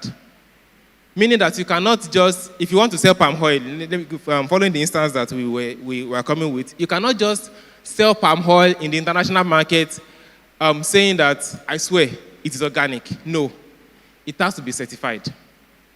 Meaning if it is not certified, there is no way you can put a claim to it that it is organic. And certification means that an audit will be done, you have your document, you have a proof before you are issued the certificate. So that certificate is the proof that you have complied with the standard. For palm oil, for instance, we have a standard called RSPO, Roundtable for Sustainable Palm Oil, right? If you want to produce palm oil and get certified, you must be audited and certified according to that standard. It doesn't mean that you cannot export your products, but we are talking about ways by which you would not have fear of rejection, ways by which you will not, your brand image will continue to be protected, right? And you can also earn premium because of how it was sustainably produced. Now, talking about Agro-Health is intersection between agriculture and public health, and it ensures that agricultural production protects consumer health, safeguards the environment, promotes farmer and worker safety. Consumers are the reason why we're in business, right? Your clients, if they continue to complain about the way things are done, then you have to change it if you want to still be in business. So if what you are selling to them is not good for their health, then of course they will complain. And so as to avoid those kind of complaints, that is why we bring about Agro-Health. Then safeguarding the environment. The environment is where we do our production, our processing and everything. So if they are not safe, then there is an issue. Then key components, we have safe input use, proper handling and hygiene, environmental and occupational health practices. When we talk about organic, in fact, organic forbids totally chemicals, not even the slightest use. But there are other standards that also encourages safe use of these chemicals. So the concept of regulating clean is establishing an enforcing system that guarantees safe and contaminant-free agricultural products. It emphasizes clean soil, clean water, and clean inputs. And it also emphasizes transparent supply chains as well as accountability through certification. So all of these things we are talking about is about our health. Yes, we are trying to focus on the export market, but Nigerians also deserve to eat safe food, right? Yes, it's a business, and certification, if you're going to get certified, you'll be looking at where you can be able to buy your products, right? But even locally, we should strive to even comply with basic good agricultural practices in as much as we can, so that we are not killing our body ourselves. Then certification is important if you want to export and earn premium in your products. It cannot be overemphasized. After you have gotten your NAFDAC, after you have gotten your SON, we are encouraging you to also get other third-party certifications so that you are able to penetrate more markets and you are able to earn more on your products. Now, let's look at the importance of certification briefly. Access to international markets. You are also ensured of product safety and quality. You are meeting your consumer requirements, and you are also being competitive, right? Because business is a competitive world.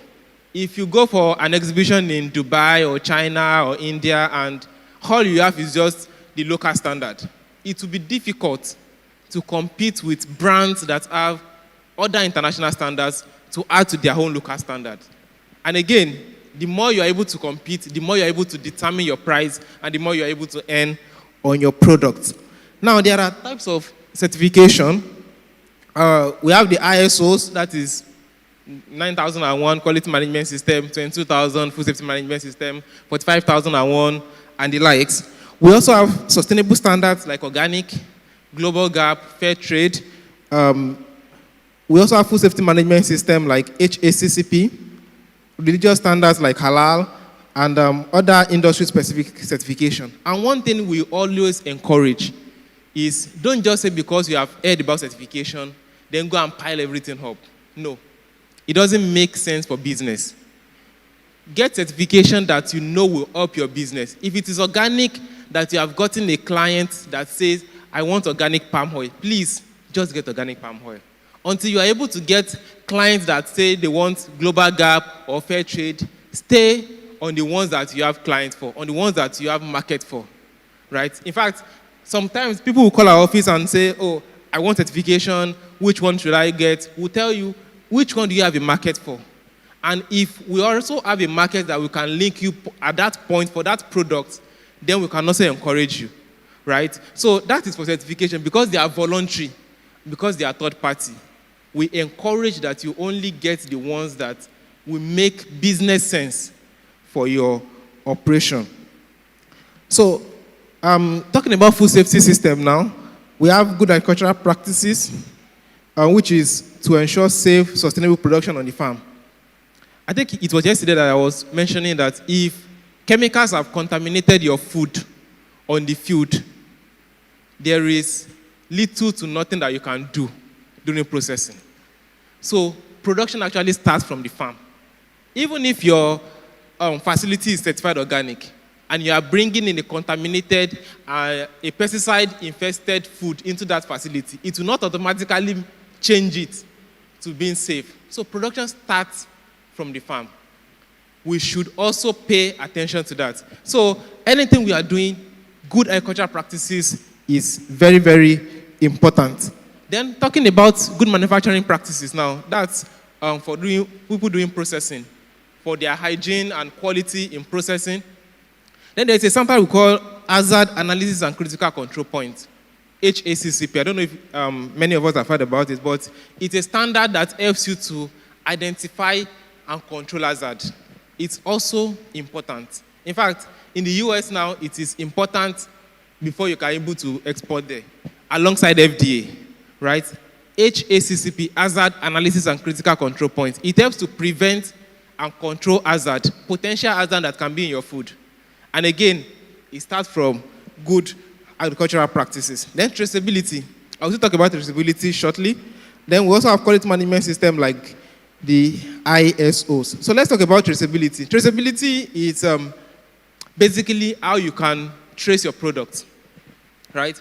If you produce, let's say, tea or ginger powder now, there must be a documented system whereby you can trace that product. Who did I sell it to? Who has bought it from me? Because there are instances whereby you might need to recall. Recalling does not mean that you have not done the right thing. It just means that as humans, maybe your most efficient staff was on leave at the time and you realize that the product did not meet up to the standard and you have to recall them so that your brand image is not dented. The way you can do that is through traceability. What are the documents that you have that you can use to trace them back? So traceability ensures accountability and transparency. You are being transparent. If you check our bottled water, our biscuits, you will see that they have batch numbers, they have expiry date. Because why? They want to be able to trace that this was when it was produced. This is the batch. So if they discover a particular batch has issues and they want to recall it, then they put out an alert saying, if you have this batch, return it for reworking or for destruction or for whatever. It ensures accountability, right? It also allows for quick recall of unsafe product that I said. It builds consumer confidence, and traceability is data documentation plus discipline.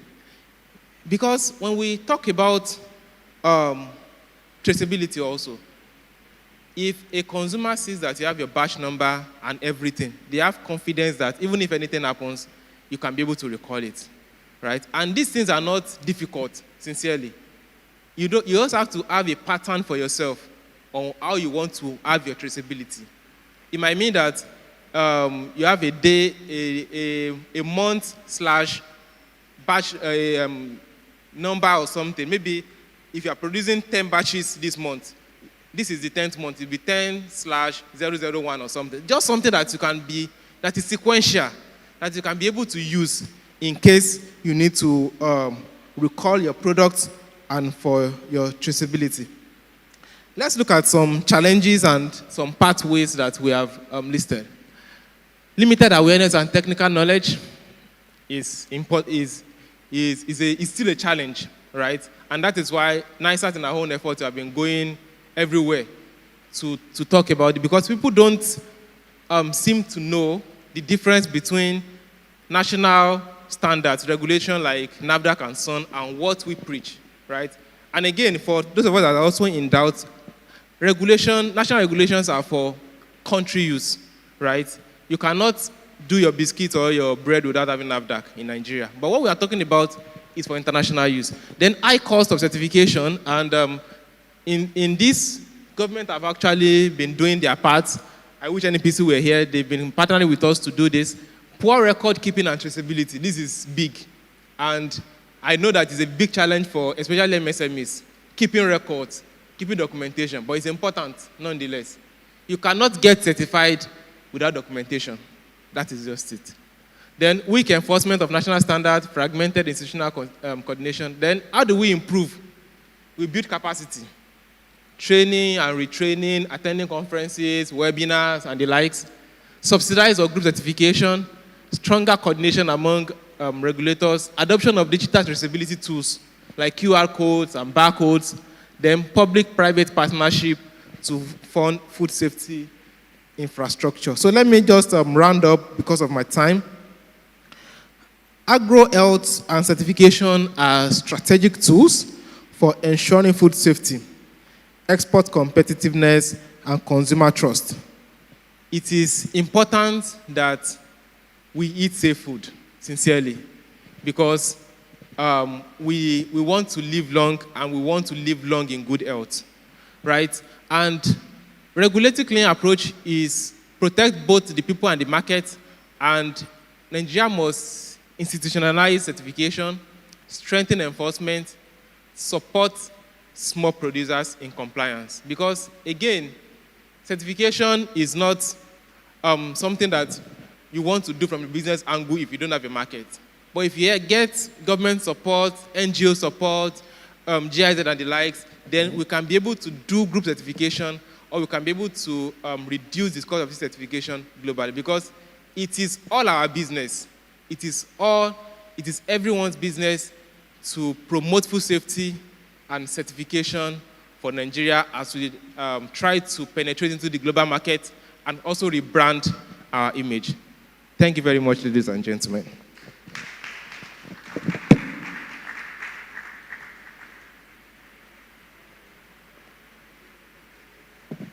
As far as NISAT is concerned, with Toby Raji, NISAT is safe. I can say it anywhere. Yes, I've seen him doing it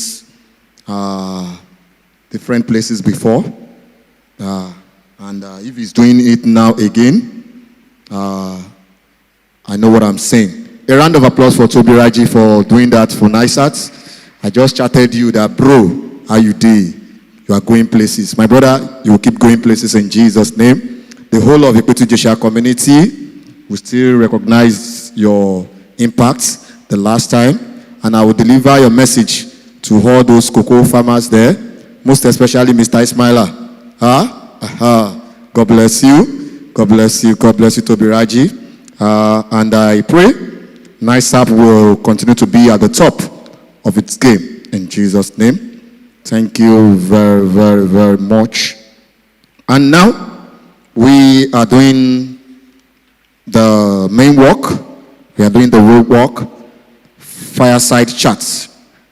Regulating clean certifications and food safety system. And the focus will be organic certification, residue testing, agrochemical regulation, which is to be done by the CEO of NISAT. And it is to be moderated by Mr. Blessing Ibitoye, the CEO of Nature Sip Cafe.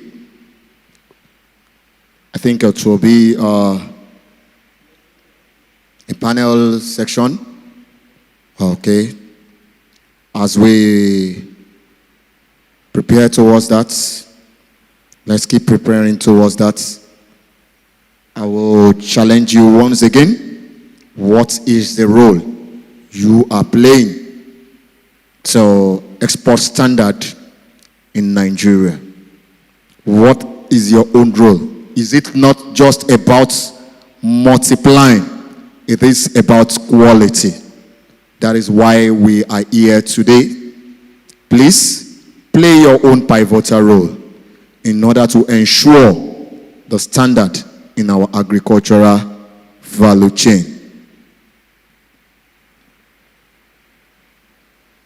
Thank you, sir. Okay, so without wasting time, let's welcome Madam Hannibal for the fireside chat. Thank you. Let's put our hands together. So I'll be moderating the session, and media, please, the mic.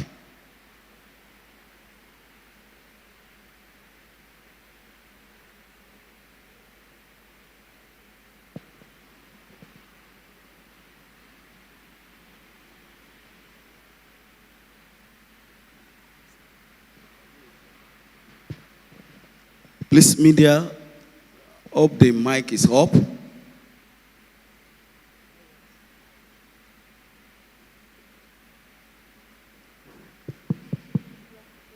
Okay, thank you.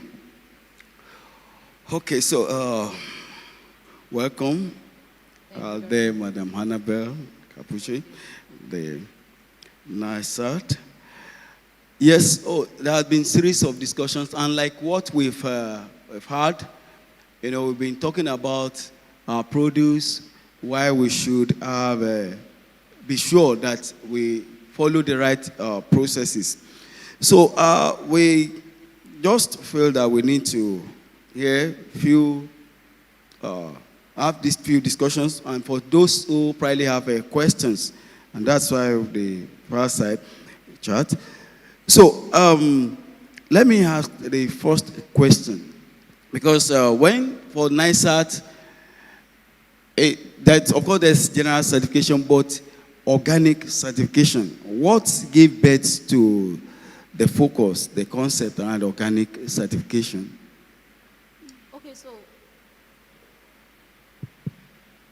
I just want to understand, is it what gave birth to the focus on organic certification for NISAT or yes, globally? For NISAT. Oh, okay, so thank you very much. In 2016, there is a company called First Heritage, and First Heritage was given the assignment of drawing the roadmap for the share sector in Niger State.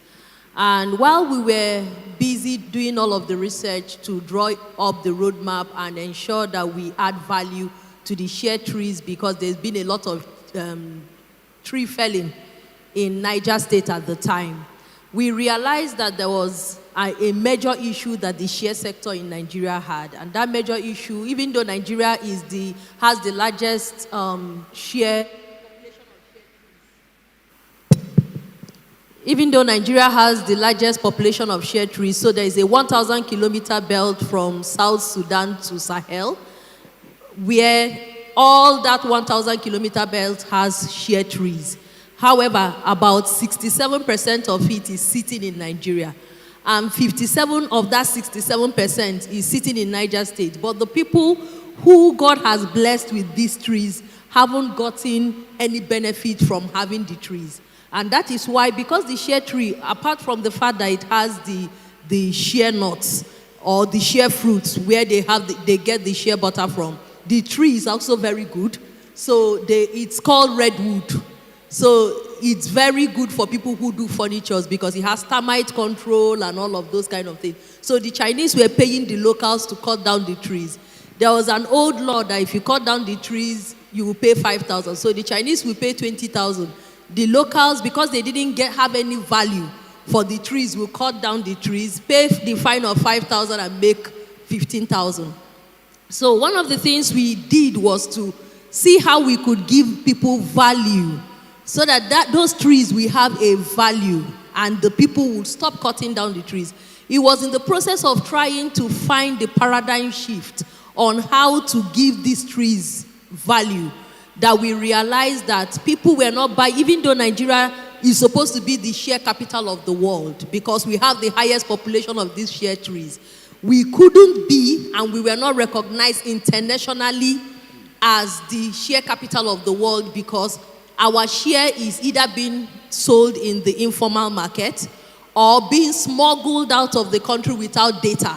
We are not able to get into the mainstream market because we lacked quality, consistency in terms of quality, and we also lacked the right kind of certification. Even though there was a boom in the share sector at the time, from 2015, 2016, the cocoa prices became too high, and the European Union allowed the use of 5% of share stearine as a cocoa butter replacement. And that is why if you buy chocolate from the EU and come back to Nigeria, it doesn't melt because of the 5% share stearine that is in the chocolate. However, if you buy from the US and come back to Africa, before you get into the tropics, it begins to melt. And the boom was supposed to increase the livelihood of the people who were in the shea sector, but it didn't, because we were not selling in the mainstream market. So we wanted to solve the issue of quality, and we also wanted to solve the issue of being able to solve the issue of traceability and what is referred to as responsible sourcing. So the big corporations will not buy products that haven't implemented international labor laws. They can be everywhere, but there are certificates that they have. They believe that as soon as that the protocols are aligned with international labor laws. We didn't have those. Ghana had it. Mali still has. Burkina has. And that is why people would rather buy from Mali, Burkina, even South Africa that doesn't have one shea tree. In terms of the index of export, exports more shea butter out of Africa than Nigeria. So we decided to, sorry, it's taking a bit of time. So we decided to solve that issue. It was trying to solve that issue that we realized that it wasn't just peculiar to the shea sector alone. It was across the entire agricultural value chain. We saw the gap and we decided to create a business from that gap. And that was what bettered NISAT. In betting NISAT, we also realized that, yes, we needed to align ourselves with international best practices and partner with certification bodies that have global recognition. And that was why we chose ECOSAT. And ECOSAT champions organic and sustainable agriculture. They are the leaders when it comes to organic and sustainable agriculture. In fact, they, at the time before this year when the EU changed and amended its organic regulation, they had equivalence. They had their own private organic standard that had equivalence with the EU. So we started to work with them. It was a very difficult task. It was 1 year, 6 months before they agreed to work with us. But when we started, we wanted to take a market approach. My colleague, Mr. Toby, had said that, yes, these certifications are voluntary, but they are also market-driven. So we took a market decision. Which of these certifications? First, we wanted to solve the issue of the share. And then, secondly, we also wanted to look at the market and see what kind of certifications does the market require for products that Nigeria has comparative advantage. And we found out that it was organic. There was a lot of clamor for organic share and also for organic products because Nigeria has over 30 million arable land that hasn't been cultivated. So the right thing to do is to hold on and say, you know what, let us start to promote organic. We hear a lot of people saying, oh, we are producing organic, but if you don't have a third-party certification from an accredited certification body that has been accredited by known accreditation bodies that this product is organic, then it's just a self-acclamation, and you cannot export, especially to countries that have their own accreditation, their own regulation, organic regulations, such as the US, the EU, because that is where the market is, the Middle East. People are ready to pay premium, so they have consumers who are ready to pay premium. So we started with organic to say, you know what, there is an opportunity to grow organic market in Nigeria because we have the land, we have the people. Let us promote organic. Let us find a market for organic products and use that access to market as a stimulator to stimulate organic production in Nigeria, which is what we did in 2018. And today we have over 100 operations that have been certified for organic according to the USD and the EU. Those are the two most popular organic standards in the world. They have equivalence even in the Middle East. They also have equivalence even with Canada. So we are pushing that, and we've been able to successfully work across various value chains. The first organic cashew to be exported from Nigeria, cashew kernel, was done in collaboration with Pro Cashew, and the program was 3 years and is still on till today, even though Pro Cashew has now left.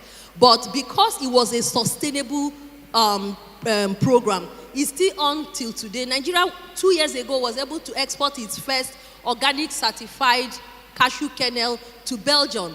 They have exported last year. They are also exporting this year, and it's a going concern because the company that is the company is Valency. They have a 50 metric ton processing facility in Ibafo, and they are exporting. Starlink is also exporting organic cashew. There are other people who are now coming up to export organic cashew because Nigeria is the 4th largest producer of cashew. And the question is, why can't we? Most of our cashew grows in the wild, right? And we have a lot of cashew.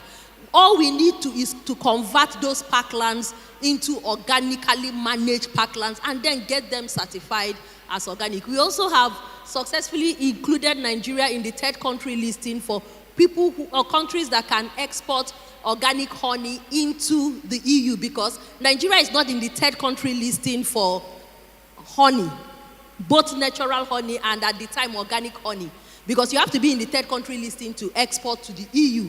The EU is the largest market for honey, but we were not there.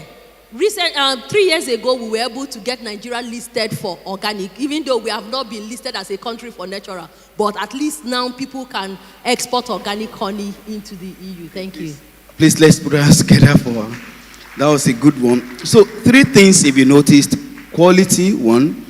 Then you can have the quality. Then if you don't have the certificate, so certification 2. And then I don't know if you understand, there's the business opportunity. Yes. So, and that's wisdom. I think that's something for someone. And like I mentioned, you can see that there are gaps that are yet to be covered that we can actually take advantage of them. So, talking about those 3, then let me now ask, and let's look at the quality first. So, how would you describe the current agro-health landscape in Africa, especially in Nigeria, and its impact on export performances? Okay, so in Africa, we are doing well, but we can do more because we have a lot of countries that take non-oil export very seriously and take food safety actually very seriously. But as a country, we are still at its rudimental stage. If we are losing between 600 million to 1 billion, according to studies have shown that we have lost between 600 million to $1 billion from 2023 to 2024 from product reject. And what is the main core of our reject is pesticide residue, chemical residue, and heavy metal in our product. And if we are here saying we are promoting safe food, we are promoting non-oil export, but we do not have a regulation as a country for primary production. Because what it means is that, yes, Standard Organization of Nigeria, the apex body that has been saddled the responsibility of promoting and setting up standards, have been able to have what they call different standards for different value chain. But those standards are not mandatory standards that people must adhere to. In Ghana, there is what is called Ghana Gap. Everybody who is in at the primary level, or even across the entire value chain, must follow the guideline in the Ghana Gap. But for us as a country, we do not have regulation for primary production. That means that every farmer does as he please. And that's why if you go to a particular village and find 10 farmers producing the same kind of product, when you bring, at the end of the day, when you harvest, you realize you have 10 different qualities. Because of the farming practices, because of the kind of input. When Reverend was speaking, he said that there are products, chemical products that have been banned. Some of them have been banned in Europe for the past 20 years, but it's still being allowed in use in Nigeria. Yes, NAFDAC have said, look, we are going to phase it out, but we want to phase it out gradually. So as they try to phase it out gradually, we still have those residue. And remember, one of the issues again we have as a country is that our farmers lack knowledge in the use of agrochemicals. So a farmer comes, it's not every time you see pests in your farm that you must spray chemical. Sometimes if the number of pests on your product will not cause commercial damage, you will leave it alone. But what they do is that they come and they see pests, especially for products like maize, products like cowpea, they would pour a lot of chemicals. So maybe the agro producer has actually said use 1 liter in 100 liters of water for 1 hectare. They will now say, okay, you know what, because they've seen a lot, they don't want to lose. They will put 3 liters in 100 liters of water and spray. forgetting that the pesticide residue will remain in that product and also remain in the soil. And then also, sometimes they do not allow the life cycle of the chemical to be over before they harvest. And at that stage, it's no longer curable. It can be cured with fire because you are cooking it. It also cannot be cured with even a radiation for those who want to pass the product through a radiation, which also comes with its own issues. So as a country, we are yet not serious, because the first line of action will be to advocate for regulation for primary production, and also now it is after that we can now advocate for our own organic regulation as a country, so that it's not an all-commerce affair where people who do not even know where raw materials are coming from, we just label it organic, and people who do not really know, we actually go in and buy those products as organic. Wow. Thank you. Thank you. So talking about this regulation, and then now looking at the quality, so let me ask, how does NISAT collaborate with other agencies like SON, NAFDAC, and NASG to harmonize standards for export? Now let's talking about the level of the primary cultivation. Okay, so sincerely speaking, there has always been a disconnect between the private sector and the public sector. And one of the things we have said in different fora is that there must be a handshake between the private sector and the public sector. There is no competition because the sky is too large for two birds to collide.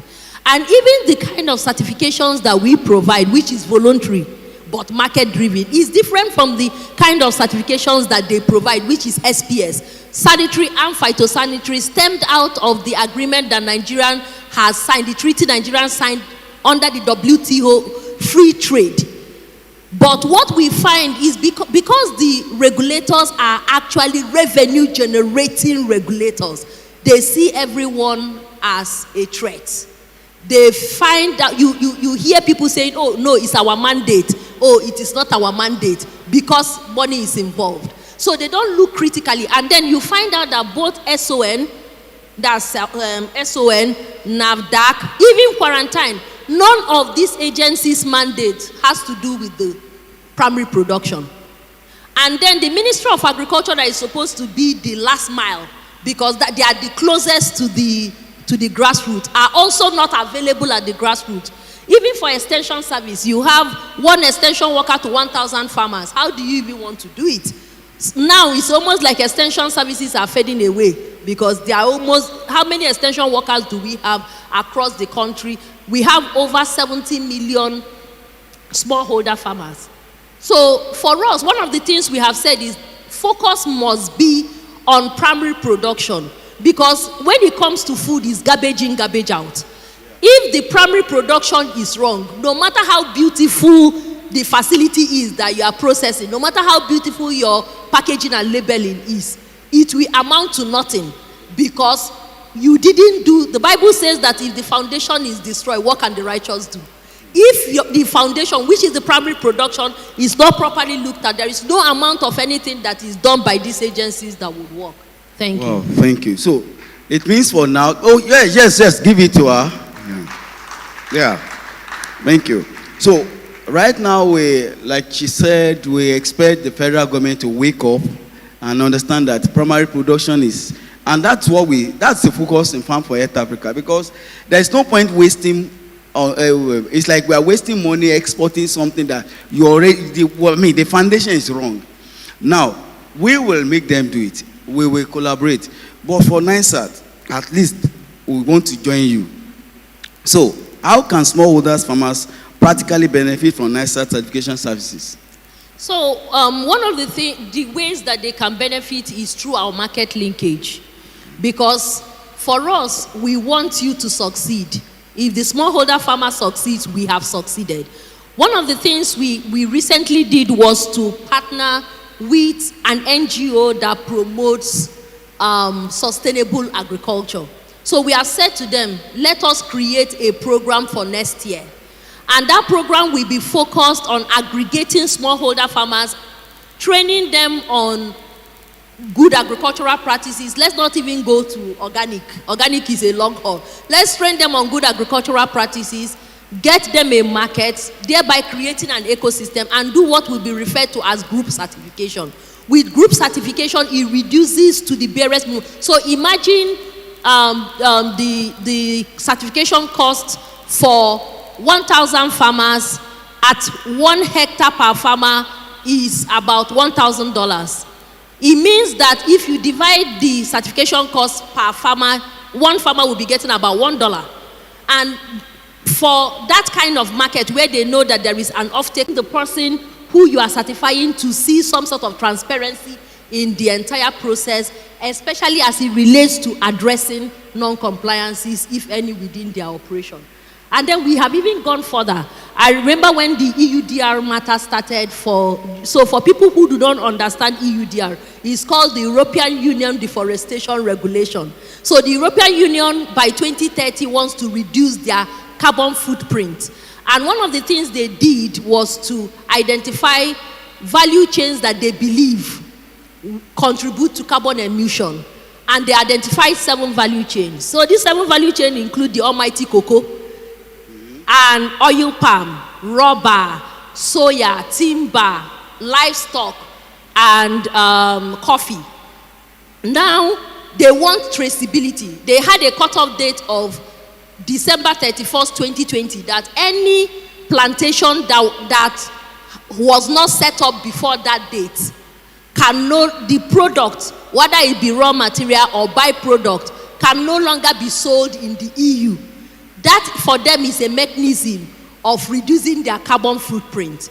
Now they also want that traceability system, and you cannot do traceability system manually. You have to digitalize it. So we had to partner with an IT company to provide an application that can be used for the compliance of the EUDR, so that at the end of the day, people can have due diligence statement that can be used. Now, it was supposed to have taken effect last year. Nigeria was one of the countries that begged for extension.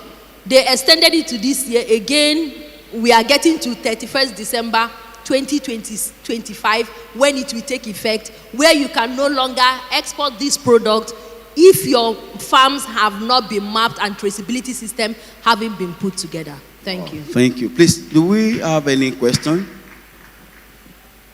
Okay. Please, let me give the mic.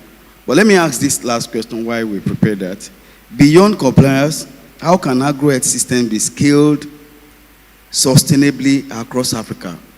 Beyond compliance, what are the other things that we should consider, farmers should consider, government should consider, private sector should consider for scalability, agro-scalability? Okay, so beyond compliance, we also have to begin to look at the issue of policies, because it is government policies that create businesses. So we have to look at policies, we have to look at security, because if you want to scale, then the farms should be safe. You also have to look at your financial institutions. What kind of financial help is available in the sector? Today, we know that the commercial banks are lending, agro-lending at 2 digits, 37%. There is nobody that collects 37% loan without 1 year moratorium, because they will not even give you 1 year moratorium that you will make a profit. You would actually make a loss. And then, of course, the issue of retraining of farmers and knowledge gap. Being able to fill the knowledge gap to ensure that the farmers even know that this agriculture they are doing is actually a business, and not just what they are doing to pass time while they are waiting for their helpers to come. Thank you. Thank you. So let's have the question. Is that working?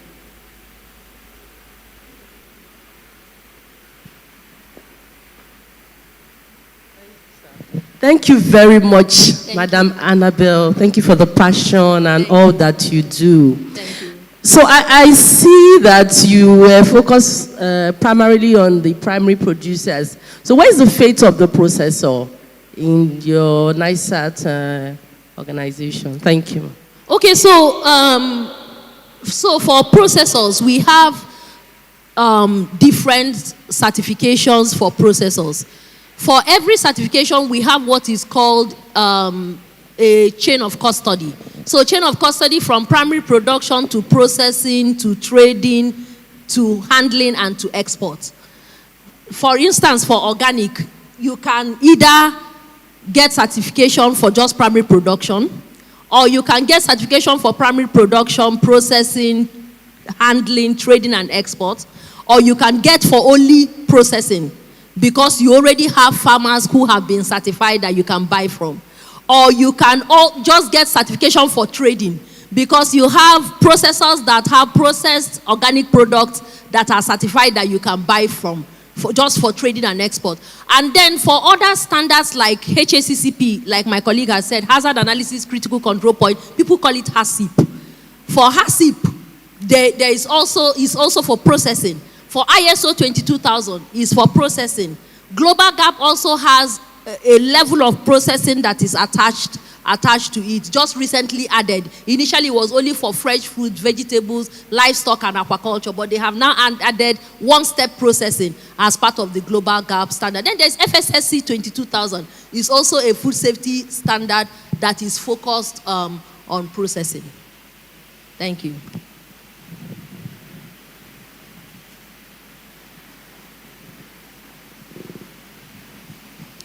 Okay, thank you so much, Ma. It was quite, your talk was quite enlightening and all.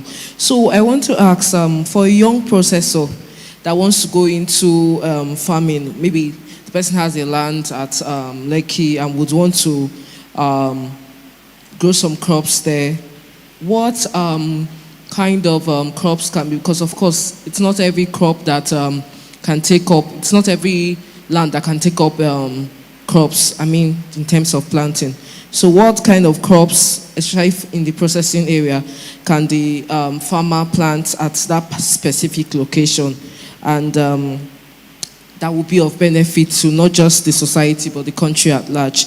That's my number one question. And the second one is, I want to know, what is the government doing regarding helping young farmers and processors out there who have little or no knowledge or no information about digitalization, processing, and we really want to be there, has that vision to become a big farmer, a big processor. What's the government doing about it? Thank you so much. Thank you very much. Okay, so for someone who has a land, the first thing you need to do is to do soil tests. That soil test that speaks to the land composition, the pH, the kind of soil, because it's not every soil that grows all kinds of crop, right? It's the soil that will determine the kind of crop. And also the market. So if you also have to do your feasibility study to find out what kind of crop has a market and what kind of market is available to me. What is the yield per hectare? Because if you have small hectarage, you are, number one, checking the soil. Number two, you are looking at the market. Number three, ultimately, you are looking at where you will have comparative advantage in terms of, if, for instance, I have 1 hectare and I am torn between doing soya beans, sesame, and vegetable. I will take if the market, if, for instance, I look at the market requires the 3 of them. There is a demand for the 3 of them. Now I will look at the yield per hectare. Which one will give me more money at the end of the day? Because remember, it's a business. You have to think of agriculture as a business. So if doing sesame, that will give me only 5.5 metric ton, that's 500 kg, but it's going to give me 1.5 million naira, will make more sense to me as against doing soya beans that will give me 2.5. Or as against doing vegetables that at the end of the day, even if I have 4 tons, it will even give me up to 1 million naira. I will take sesame, or I will take soya beans. Or at the end of the day, if vegetable will give me more money, I will take the one that will give me more money in terms of yield and market value. And then for what the government is doing, unfortunately, I'm not government. I do not work for government, but part of what we have also always said to people in this sector is, let us use our ring light to tell the government what we want. What government have been doing so far in agriculture is giving out fertilizer as though that is going to solve all our problems. There are more problems that we have as a sector, more than just giving out input. Where is the place of knowledge? Because knowledge for me is power. I would rather give you knowledge than give you money or give you input. Because if I give you input and I've kept away knowledge from you, at the end of the day, you will still remain where you are. And next year, and that is why the Anchor Borrower Scheme part of the reason why the Anchor Borrower Scheme did not succeed. Because you give people input, you don't give them knowledge. At the end of the year, 6 years, 8 years after, they are still sitting on the ground where you left them. Because you have not given them the right kind of knowledge that will take them from where they are to where they can now sustainably stay even after their program has expired and has gone away. Thank you very much. Wow. Okay, we still have 2 more questions. Let's take the questions. Thank you very much. Okay, so I want to ask, I saw that you listed some certificates here, certifications that I think your body does certification, I want to believe. So if someone wants to do HACCP or any of these certifications, what is the process? Okay, so my people are actually sharing flyers. The process for certification is on the flyer, but one of the things I can already mention here is that for those who want to get certified, the first thing is to apply to the certification body that you want to get this certification. And then the second thing will be the certification body may ensure that for every certification you want to get, you have been trained on the certification protocol, on the standard protocol for that particular certification, because you have to have started implementing it in your processing facility, for instance. And then you apply for certification. The certification body sends you a quotation. When you sign the quotation, you have entered into a contractual agreement with the certification body. You pay for the certification, they assign you an auditor. Now the auditor will request for documentations. All of those kind of documentation that is required for the standard that you want your product to be certified to will be taught you during your training so that you can already start putting those documentations together. You will submit the documentation to the auditor. The auditor, and that documentation has to be submitted 10 days before the actual audit. You will now agree with the auditor when it's convenient for you for the auditor to come and actually audit your facility. And then when he comes, he does what is called an opening meeting. The opening meeting is where he explains to you and your team what he's going to be doing during the duration the duration he's going to stay with you. And then he closes with a closing meeting where he tells you all the areas you have complied and areas of non-compliance. And you will be given a report, an audit report that carries your areas of compliance and areas of non-compliance. And you will be given a duration within which to address all those non-compliances. As soon as you have addressed the non-compliances, you will be, it will be sent to the certification manager who takes a certification decision as against the standard that you want to be certified to, and then a certificate is issued to you. So this certificate varies. If it's for sustainable standards like organic, fair trade, global gap, rainforest alliance, is for 1 year, 12 calendar months. But if it is for food safety, it is for 3 years. So HACCP, ISO 22000, FSSC 22000 is actually for 3 years. But every year they do what is called a surveillance audit. The surveillance audit is important because they want to ensure that you continually comply, at least for the duration of the validity of that certificate. Thank you very much. Oh, okay. Good day. Sorry. My name is Hassan Olufemi. I never believed that some things like this is happening in my locality. I thank God that I'm here today because my question is what is happening now. I'm a farmer and I have about 6 acres of land in Ikorodu for only cassava alone. But when we are planting cassava last year, early this year, a paint rubber of Gary was around 3,000 naira, 2,500.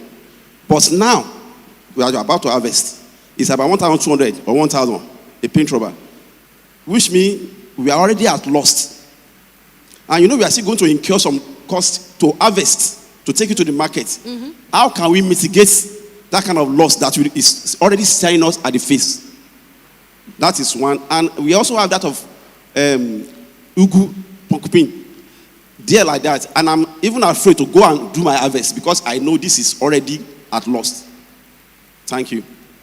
Okay, so thank you very much. One of the things we have advised government is to have a body that can actually offtake that product from you at a competitive and profitable price, even though the cost of Gary is low now. So you find out that during harvest, during the peak period of harvest, the prices of products crash.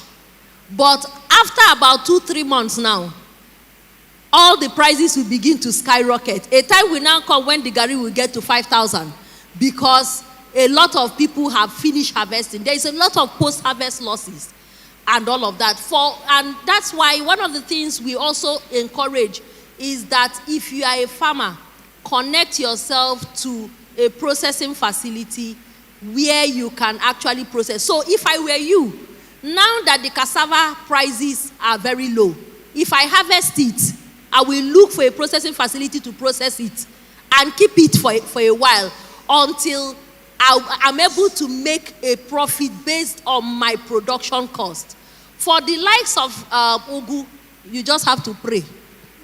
It's either you produce, if you had produced the ugu in such a way that you know that it does not have any pesticide residue, you can already be, and if it's much, you can begin to look for an export market where you can now dry. So you look for someone who has a dehydrator. In fact, this is what government should be doing. Where there are clusters of farmers, set up a modular processing facility so that the likes of him, instead of getting afraid to go and harvest, but by the way, go and harvest it before people will help you harvest it and it will be a total loss.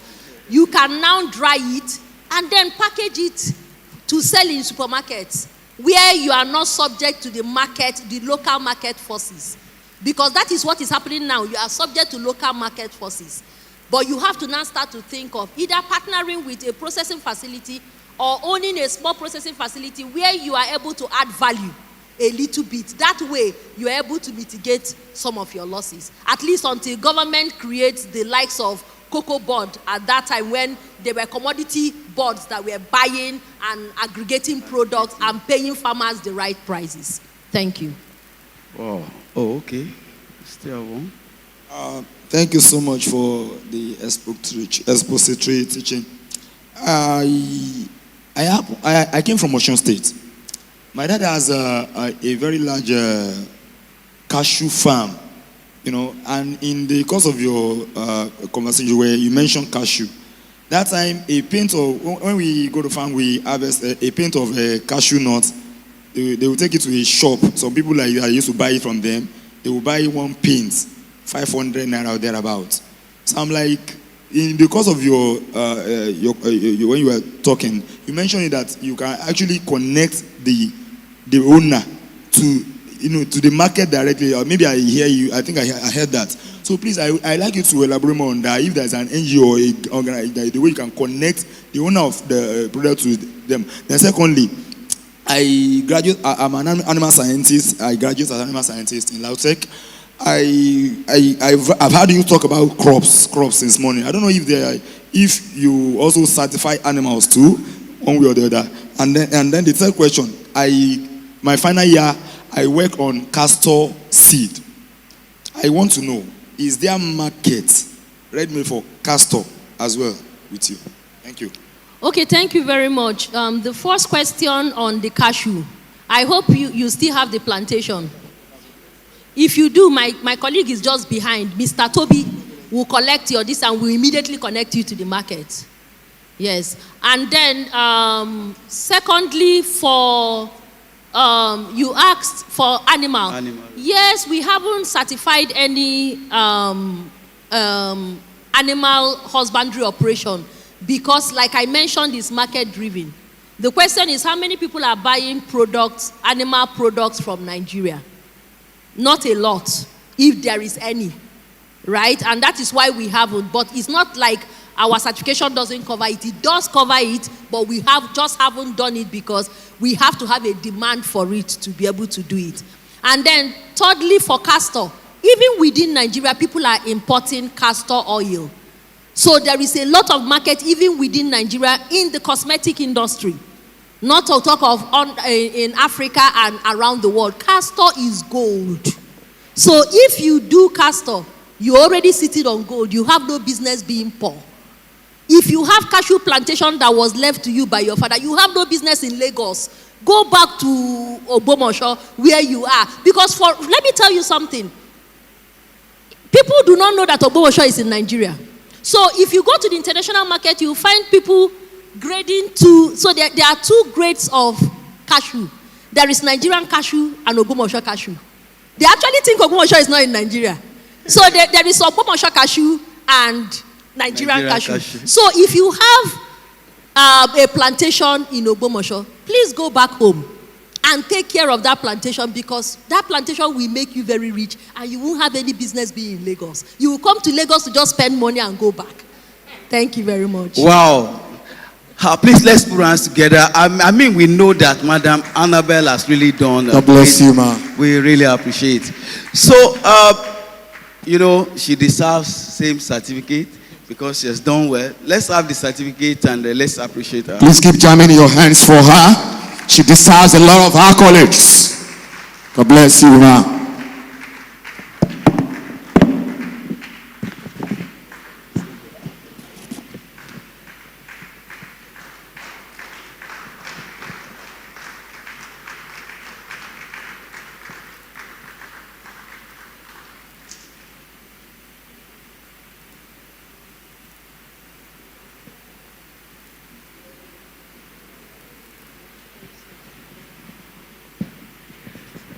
Please, let's know that we are really going to do more, do a lot with NISAT. It's just the beginning, and the gap, we're going to take advantage of that gap together.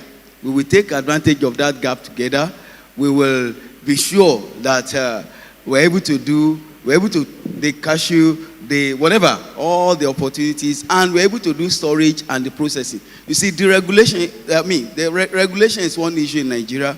Our government really, it's like we have opportunity, but sometimes it's like we have people, when you wonder that you have someone serve 4 years, serve for different tenures as a minister in agriculture, as a commissioner, and you just like nothing is happening. But these are core areas that we can actually get the best. So if we can, for example, just look at it. If you process gari or palm oil, if you take to a supermarket, when it's processed and packaged that is there, it doesn't know that gari has gone down or palm oil has gone down or has gone up. The price at the supermarket is the price, yes or no? But it is when it comes to this, we want to buy, and so the standardization is important.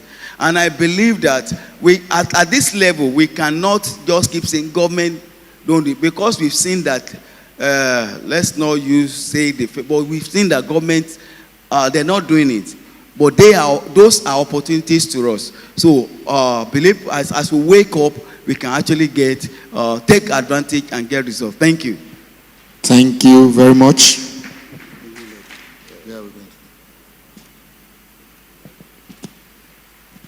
God bless you, ma. God bless you, sir. I hope you are enjoying the program as the program is going on. God bless you. And those that are watching us online too as well, I hope you are enjoying every bit of the program. It's not just about attending, it's about taking action. That is the major thing as far as this program is concerned.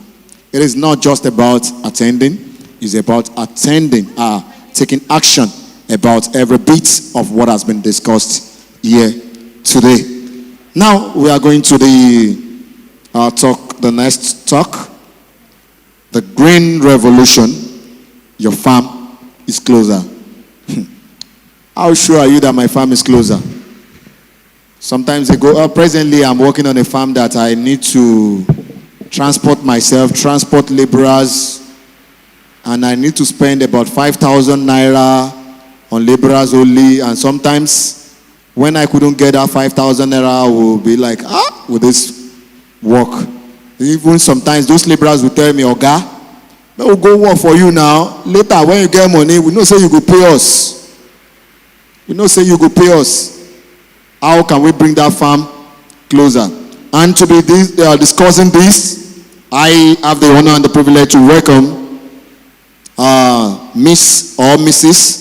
Justina Ogenofu Bigila, the CEO of Tenatoni Integrated Services. A round of applause for her. She's coming forward. You can do better. You can do better. You can do better. God bless you, ma'am. Thank you. Thank you very much, sir. You murdered my middle name. I said you murdered my middle name. So let me just say my name again. Justina Ogenofu Bigila. So I'm really, really excited to be here. I want to stand on existing protocol and have been having a great time here. Very, very insightful conversations that we have been having here. So I want to bring another dimension to the engagement that we have been having here. So like the moderator, when he was introducing me, he was talking about your farm, getting your farm closer home. And when we say getting your farm closer home, what we are talking about is saying that I can actually begin a farm, a garden, in my veranda, on my sidewalk, at my backyard. No matter how small the space is, I can actually begin a garden. I can actually begin to grow some of my own food.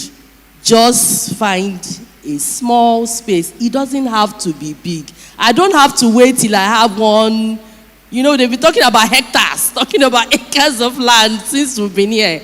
I don't have to wait till I get all of those acres and say, I have to leave Lagos. Because if you live in Lagos, you will see that even the houses that they rent these days, there's hardly any space. Every space they want to build, every space. So you're struggling with space. But we are still saying that in the midst of the lack of space, you can begin to look closer. And as you look closer, you will see a space where you can, even if it's just one bag. We're talking about container bagging, a plastic. That's when I say plastic, your bucket plastic. A bag, this reusable bag. You'll be seeing, when I project my slide, you will be seeing pictures. And so it can begin to get you thinking. For me here is a lot of deep thinking. And it's a lot of our health, the connection between food and health. You know, in the time past, I've never really had to connect the food that I eat with my health. But as I began to engage, as I began to ask questions, as I began to become more interested in what is it that really causes disease. You know, for a long time, I'd always associated your being hypertensive, being diabetic to old age. But as I began to ask questions, I began to see that it's food that we have been exposed to over time. As the body ages and you have accumulated toxin in the body. So after some time, those toxins begin to manifest and then you're sitting with terminal illness. So all your labor of sweat that you have done in your early years, you begin to use it to jump from one hospital to the other. And sometimes those illnesses are terminal and it's just a matter of time. But it doesn't have to be. If we are here even with the first speaker, he hammered so much on the relationship between food and diseases, the kind of food that we eat. And I'm saying here that even as you're sitting here, I know those conversations have been coming to our faces, just asking yourself, the food that I eat, the one that I ate today, the apple that I ate, the cucumber that I eat, the tete, the spinach, the cabbage, lettuce that I really eat. How was it planted? which soil? If you've been listening to the conversation here, they've been saying that health actually starts from the soil. The soil that cabbage is growing. Then you talk about the seed. What is the quality of the seed? Then you talk about how was it planted, as in terms of the planting process. Whoever was planting that food that you are eating now, did the person take time to practice good planting practice? As in, even if you have to apply chemical, was the person knowledgeable enough to apply just that quantity that you need so it's not dangerous and hazardous to your health? And even after the person planted, when the person harvested, how was it stored? The food the apple that I'm eating, the cucumber I'm eating, how far gone was it harvested that it now finally got to the market that I went to buy it? All of those tell, why are we asking all of these questions? Is to say that the quality, so it's not just eating the food, but a whole lot of things. At the time I'm eating, what's the quality of what I'm eating? You know, a long time ago, far back when I started becoming interested in organic bag gardening, where I did the training, I met a lady and we were just sharing stories, and she was saying to me why she decided to attend the training. She gave a very fantastic story that I think you will find inspiring. That she had a family member that was intentionally eating healthy. She was doing her fruits, she was doing her vegetable, eating healthy as much as she could. But at the end of the day, this lady still ended up with cancer and eventually died. And so questions were asked. Even with eating, intentionally eating fruits, eating vegetable and all that, what happened to this lady? And then that's when she began to find out that even if I'm eating the fruits, even if I'm eating the vegetables, I'm trying to eat as healthy as I can. What is the quality of what I'm eating? How much chemicals have gone in? Because see, those chemicals that go into those fruits or those food that we eat, at the end of the day, they come to sit in our body. They don't go. They sit there. And they have hazardous consequence to our health. That's what we have to know. That's why part of what I'm coming here to push this morning is that you can't grow everything, but you can grow some of your food. And the inspiration for me is that if I can reduce my exposure, I can't reduce my exposure to chemical 100%. But there are some things I can do on my own. I can reduce it. So that's what this organic container gardening is about. So I'll be speaking about advancing agro-health with zero farmland. Next slide, please. Next slide. So we'll be talking about, this is the content. The next slide, I have talked about us trying to imagine where our food comes from, and that we can actually, in the real sense of it, start growing. What I grow in my place where I live, you will see a picture, I grow on my sidewalk, and I'm growing them in bags, and I'm harvesting, and I'm giving to my friends to have a taste of it. Then the next slide, please. Next slide. So farm to table luxury. What's the benefit that it brings to you is that you have control. And then you are also able to ascertain the quality of what you're eating and also the health component of what you're eating. So you control what goes in, no pesticide, because you grew it. I grew the turmeric, the ginger that I grow.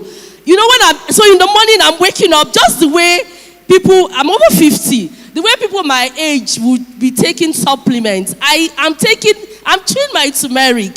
I'm chewing my ginger, and I'm excited, and I'm happy about it because I'm not scared that there's chemical in it. When I'm chewing the one in the market, I'm like, hey, I know I'm trying to do good to my body, but how am I sure that chemical, I'm not adding more? I'm trying to take care of a problem and then creating another one. But the one that I've grown, you need to see even the excitement and the way my body is even responding when I'm chewing the turmeric and I'm chewing the ginger every morning. That's my capsule. That's my supplement that I take. Because some of the supplements that we take, my sister worked in a pharmaceutical company, and the other day she was just narrating to me the bags of sugar that they use even in producing the so-called supplements.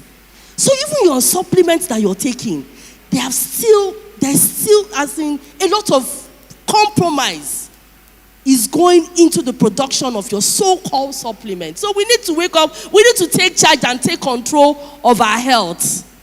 That's what this message is. And then even growing some of your own food, some of the things that it does to you, you even reduce the carbon footprint.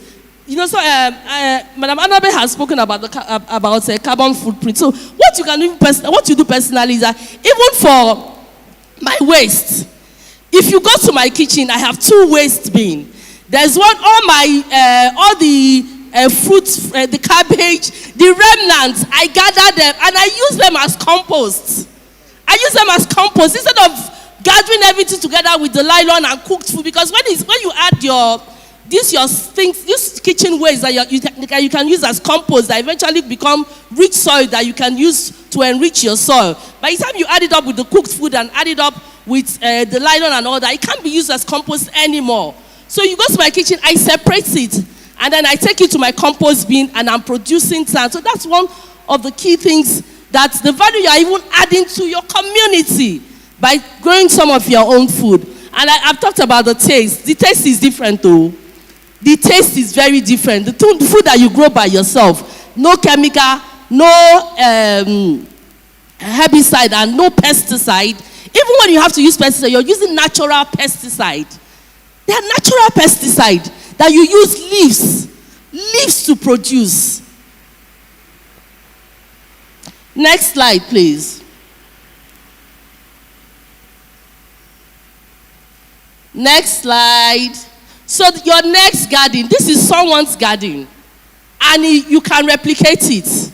This is someone's garden. What's the problem? We think we need acres. You don't need acres of land to achieve this.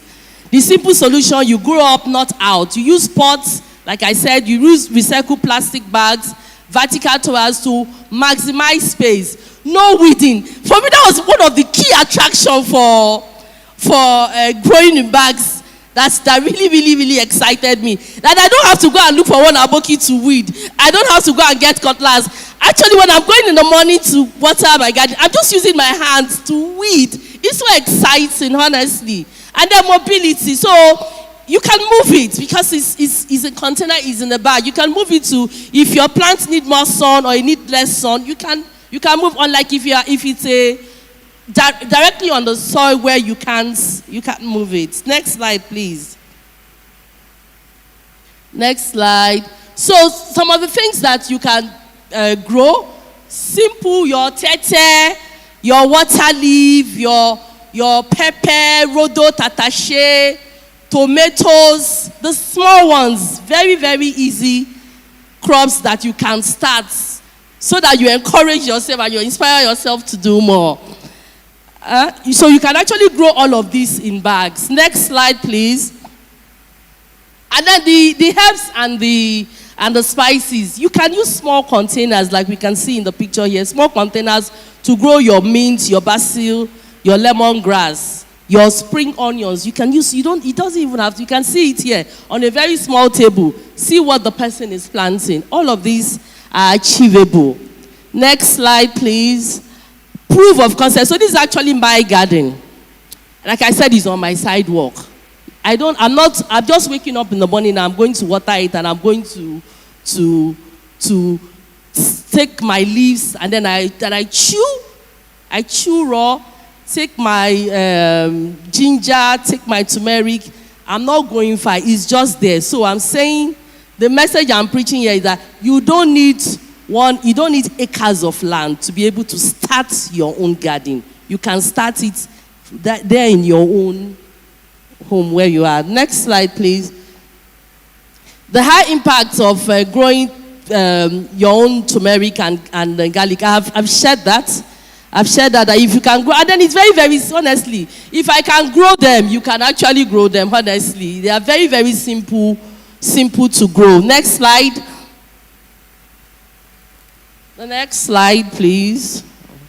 From zero to harvest. So just like a practical guide, all you need, these bags, like your rice bag, even those bags, your cement bag, just get it. Get the cement bag, go to the market, they sell them for 100 naira.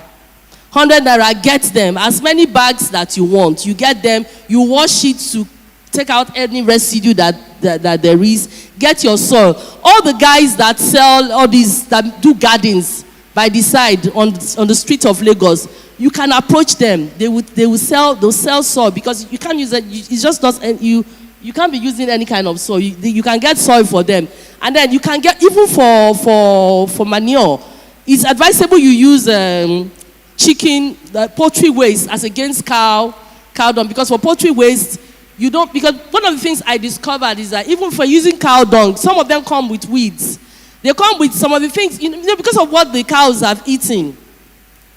You now find out that because it's so, as they pull some of those things that they fed them with, and before you know it, you are growing a particular crop, and that particular seed that the cow has fed on, you start seeing it, and then it's possible that it's not the plant that you want to waste your time harvesting.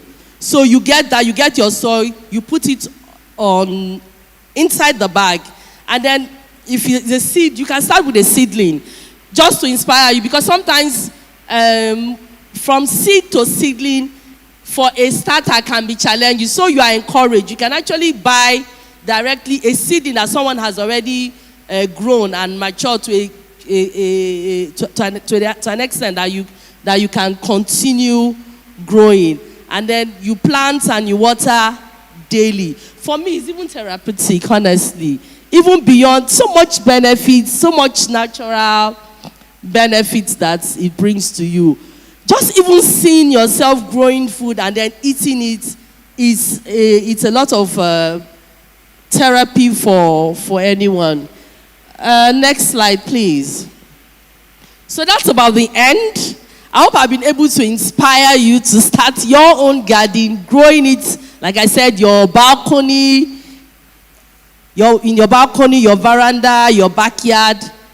It just starts. It's just even in starting. You can start with a bag, with the simplest of things. Your tete, even your turmeric. Start with the simplest of things, and then you keep growing. And before you know it, you've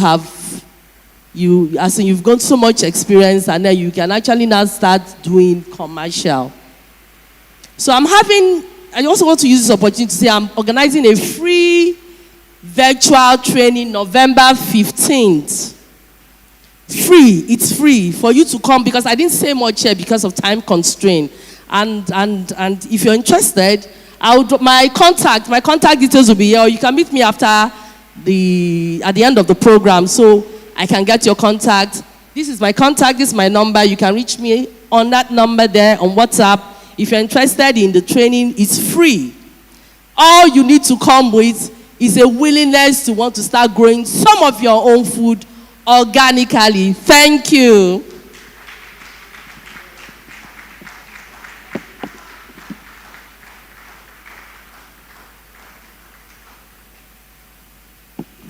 Thank you, Mommy. You are unique.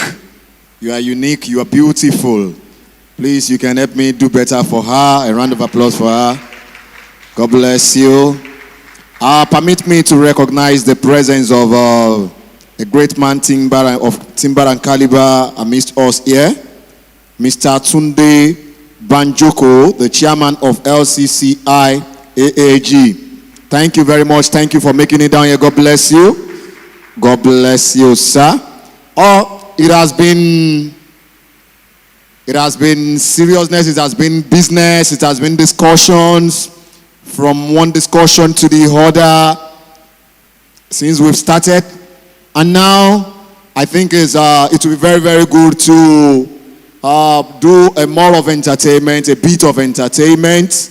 It will be very, very good for us to do a bit of entertainment. And to do that for us, the organizers of this program has actually invited a renowned entertainment group that will entertain us. And with respect to that, as they get ready, as the group gets ready, permit me to welcome the man that I will give a great kudos to for keeping to time. A man I will give a great kudos to for making this event is a priority to be here on time and do justice to what he's supposed to do. And he is going to be talking about farmers' education, health-centric policy, and export incentive. I'm talking about no other person that will become here. I'm talking about Mr. Bright Doro, the founder of Bright Doro Agri-Tech Ventures. A round of applause for him as he's coming forward. God bless you, sir. God bless you, sir. God bless you, sir.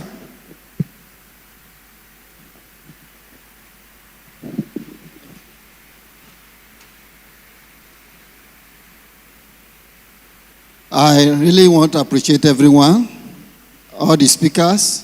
They've done justice to all that needed to be spoken about. And I want to also acknowledge Blessed Saint Ola for putting up this great event that actually will help us to build a system that will be helpful to us. I don't know where to begin, but I will just have to say what I've just put down. The reason why I say so is because most of the issues I have highlighted to speak about have been discussed extensively by those concerned. And I am glad that we are here, but I will just try to do as much as possible to ensure that one or two things is discussed. Probably during the panel, more will be exposed, but let me just speak on quickly to meet up with time. My name is Bright Doro, the founder of Agri-Empower. It's a digital smart farming platform focused on farmer education. It has AI for disease and pest diagnostics. And also we have AgriConnect inside, which is connecting farmers, input sellers, and all together, and with cooperative and insurance in the making. And because we have just developed a co-op chain, I'm Agri-Tech. Today, as we discuss building healthy market and incentivizing safe farming in Africa, I believe our focus must go beyond productivities. So health, safety, and sustainability. Because when farmers are educated, when our policy prioritizes reward, when our policy prioritizes public health, and when incentive rewards safe production, we don't just grow crops. We grow healthier people and stronger economies. This is the essence of what we are at Agri-Empower call farming for health. A vision where technology, policy, and community come together to build Africa's future. Now let's talk about what we are here for. Farmer education, health-centric policy, and export incentives. Now, these have actually explained themselves. In the course of all the series of discussions that have been discussed, that have been highlighted, but where for purpose of ensuring that I do justice to what I have been called to do here, I will also continue. Please be patient. I know you will get more information, more insight. African agriculture holds vast potential for advancing both health and trade. Safe farming begins with empower farmers. That is educated farmers. Empower farmers. When a farmer is well equipped with the information he needed, sure, that is the beginning.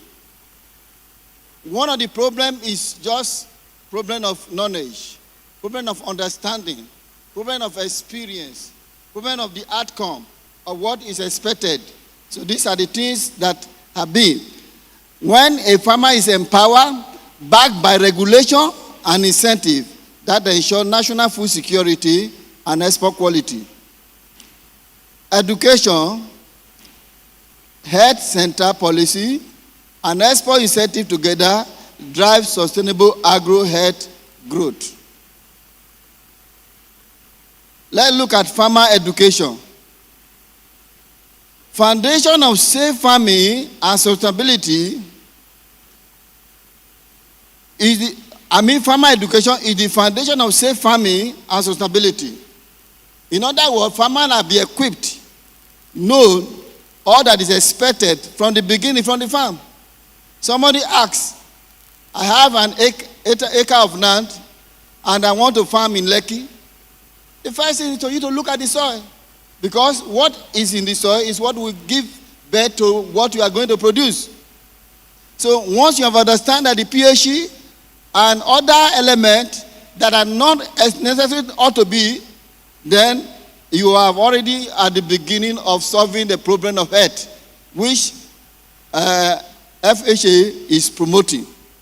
So continuous training in food safety, soil health, pest management, and biosecurity. I will explain what biosecurity means in the view. Is what is to be in farmer education.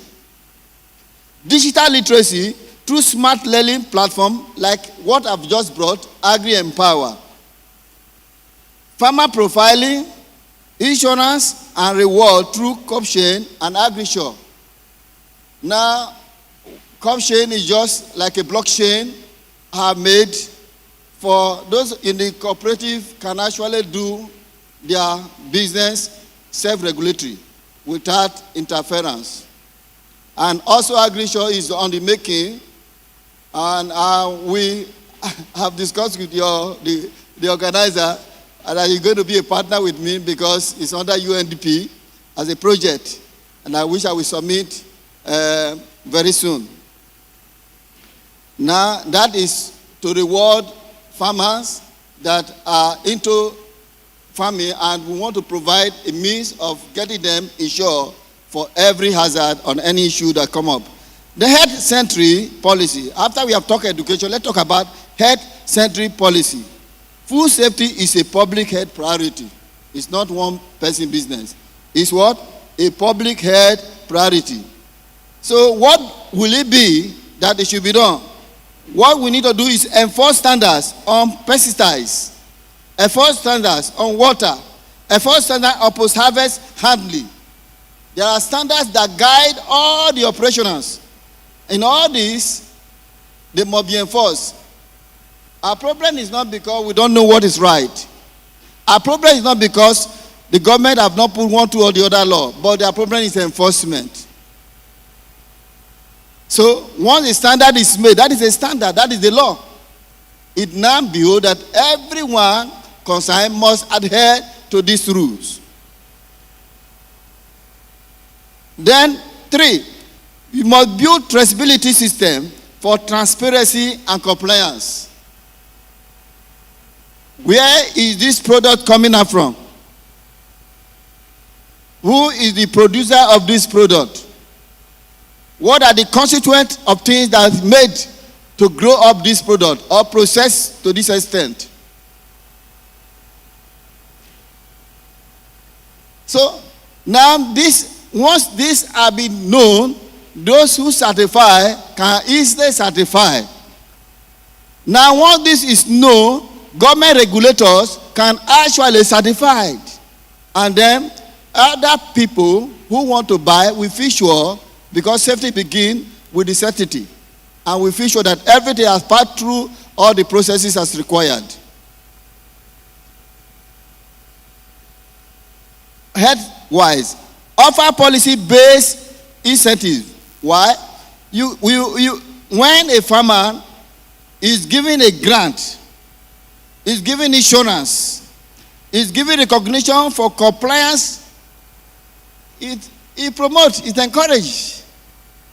That is one of the things. Because it means that we are not rewarding those who have a shortcut to get something. That is our problem. Let's look at export incentives. Export incentive. Most of us are aiming to get more money, especially early dollars and pounds.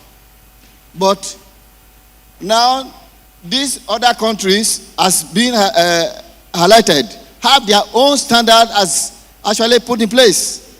And these are the standards we must need to note. And for us here, as Africa, we must raise our own standards to meet up with what is happening in the world. Our standard is what is the problem of this discussion today. If we have maintained the standard, therefore we will be export ready. And those who are already maintaining the standard should be rewarded. And this is one of those things that we are here to talk about, to encourage you, that which FHA is promoting.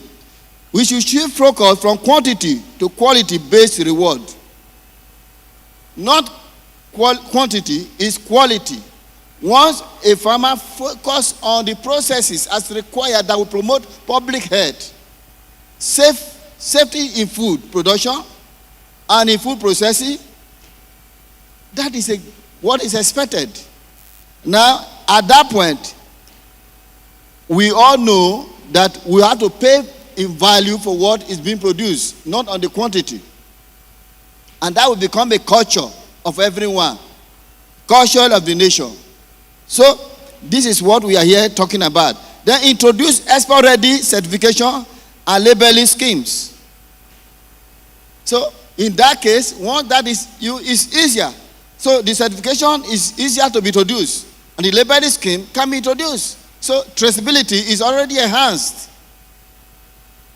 You support eco-friendly, health-conscious production, and such people should be encouraged with tax break. With tax break. Government could say they should not pay tax for this, and they could also be financed by financial institutions. So this is one of those things that we need to look at critically. And this, we can also promote smallholders, farmers who are adhering to this across to all Africa continental free trade agreement, which is all border for Africans. This is one of the things that we can enhance trade, because that have been made by Africans as AU, that there should no barrier, and truly there is no barrier. That have been implemented in 2021. Let's look at the synergy, building healthy market. As I said, education empowers safe practices.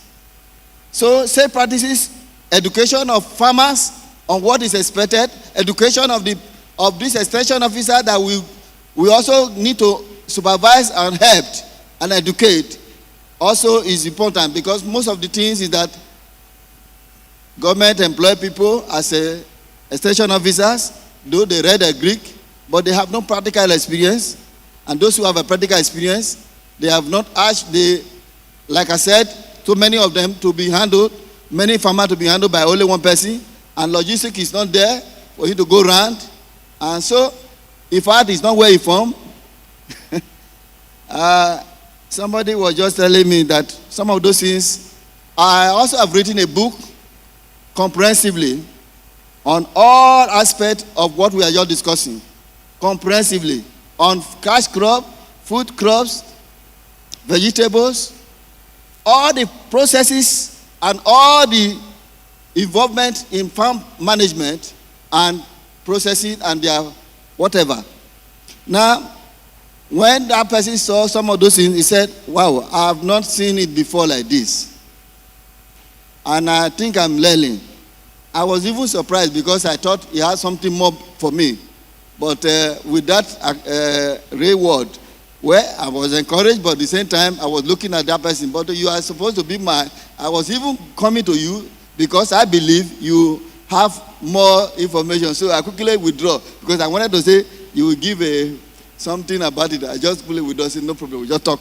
Because I know you don't even have what I really wanted. All right. Now, policy ensures standard and safety. So this is one of the things that will promote market when there is policy. Then incentive, sustain adoption and compliance.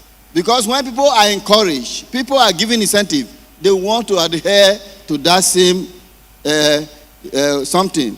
Together, they create healthier market, stronger export, and sustainable livelihood. Now, Agri-Empower role as to this, which is my baby project, we are contributing to food safety through digital farmer education. And I also said, through manually, I've also written a book, and I'm going to put it on e-books. So when it's published, I've completed everything that is necessary. Then providing AI-driven disease and pest diagnostics. And connecting farmer with stakeholders, markets, and policymakers. We also going for that profiling farmer through crop chain and agri-shore for inclusion and trust. Let's look at the future for what we are here for. Because we are just at the beginning, but let's look ahead so that we know where we are going. We need to integrate climate-smart food safety system. We need to integrate it. That is one of the things that we need to look at critically. The world is changing. We're talking about climatic change. Many things are changing, not in the order.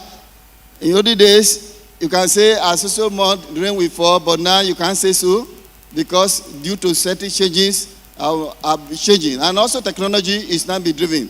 Now, at the time, I went into farming, I spent millions, I leased a lot of land, I put a lot of things. I tell you the truth. What happened is that the rains stopped falling.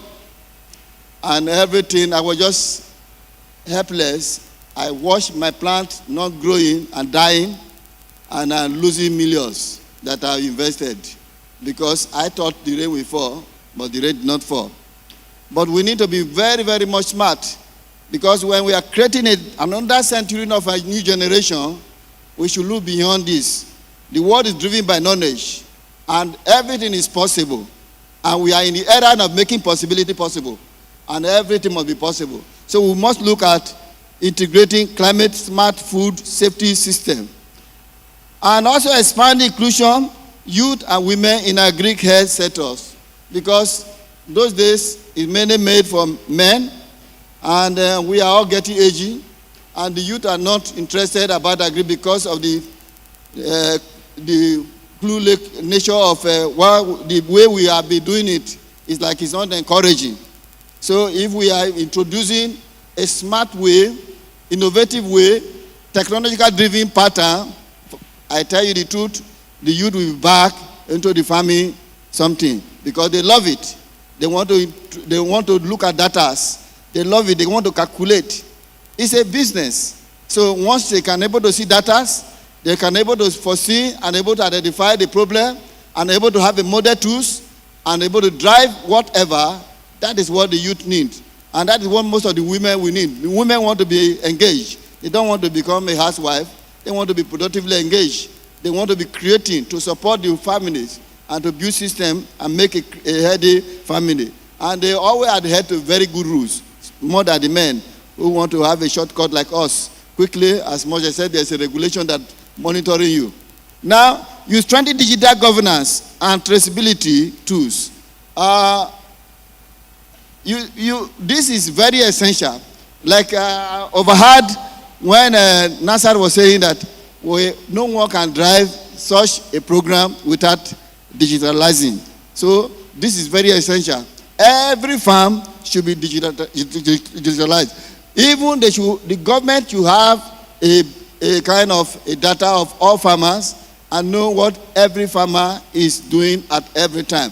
And this is possible. And this is what we are all looking for.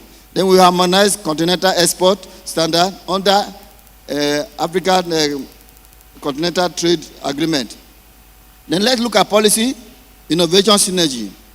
Now we must align, all ministry must align with agriculture. That is, Ministry of Agric must align with the head and also trade. Because this all boil onto one thing, head.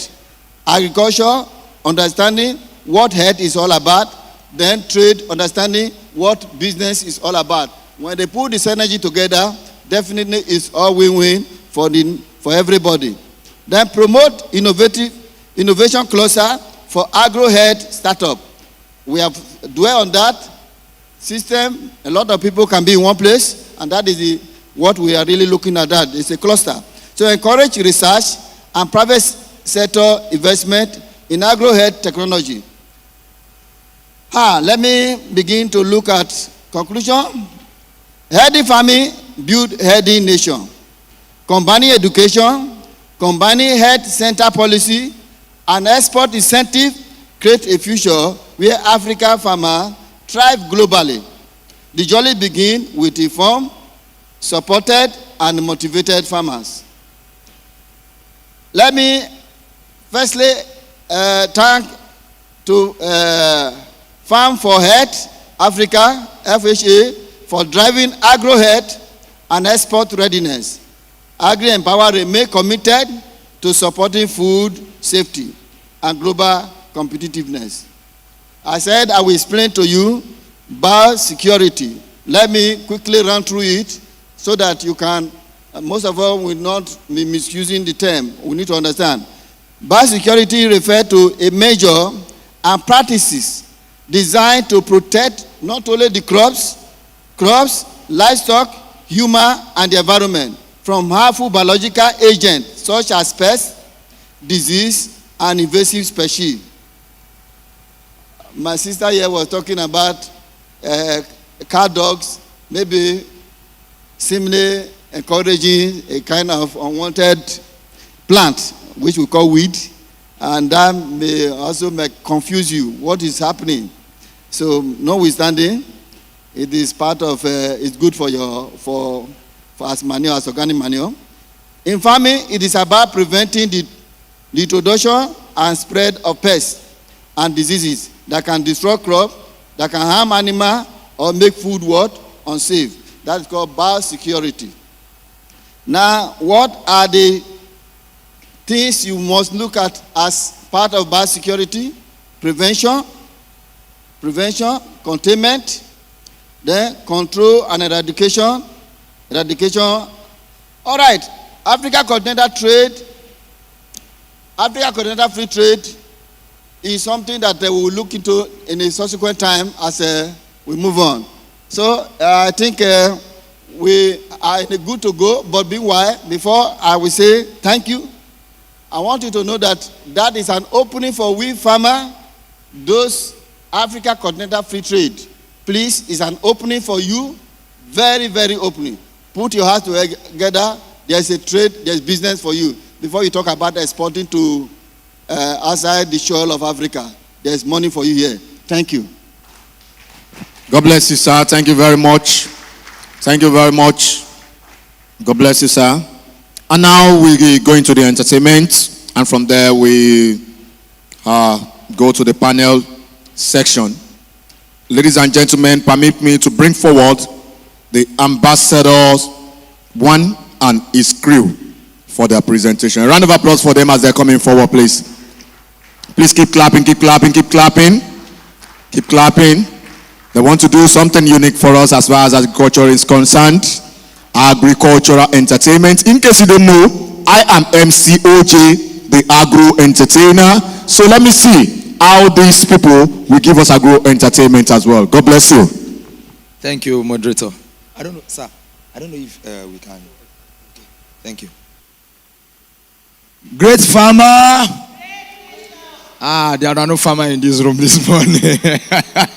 You know what? I was opportune to be part of youths that were encouraged by World Bank assisted programs some years back. We were trained at appeals. So during that time, we used to use that slogan. They would say, "Great farmer, great nation. No farmer, no nation." So be blessed as you listen to this song this morning. The title of the song says, "No farmer, no food." There's no way we can talk about agro-health, export, without talking about the people that produce the agro. Agro, encompass the food that is producing, that they are producing, and the animals, and the people that will consume it as well. So we have come this morning. We want to perform on this song that's titled "No Farmer, No Food." No food, no nation.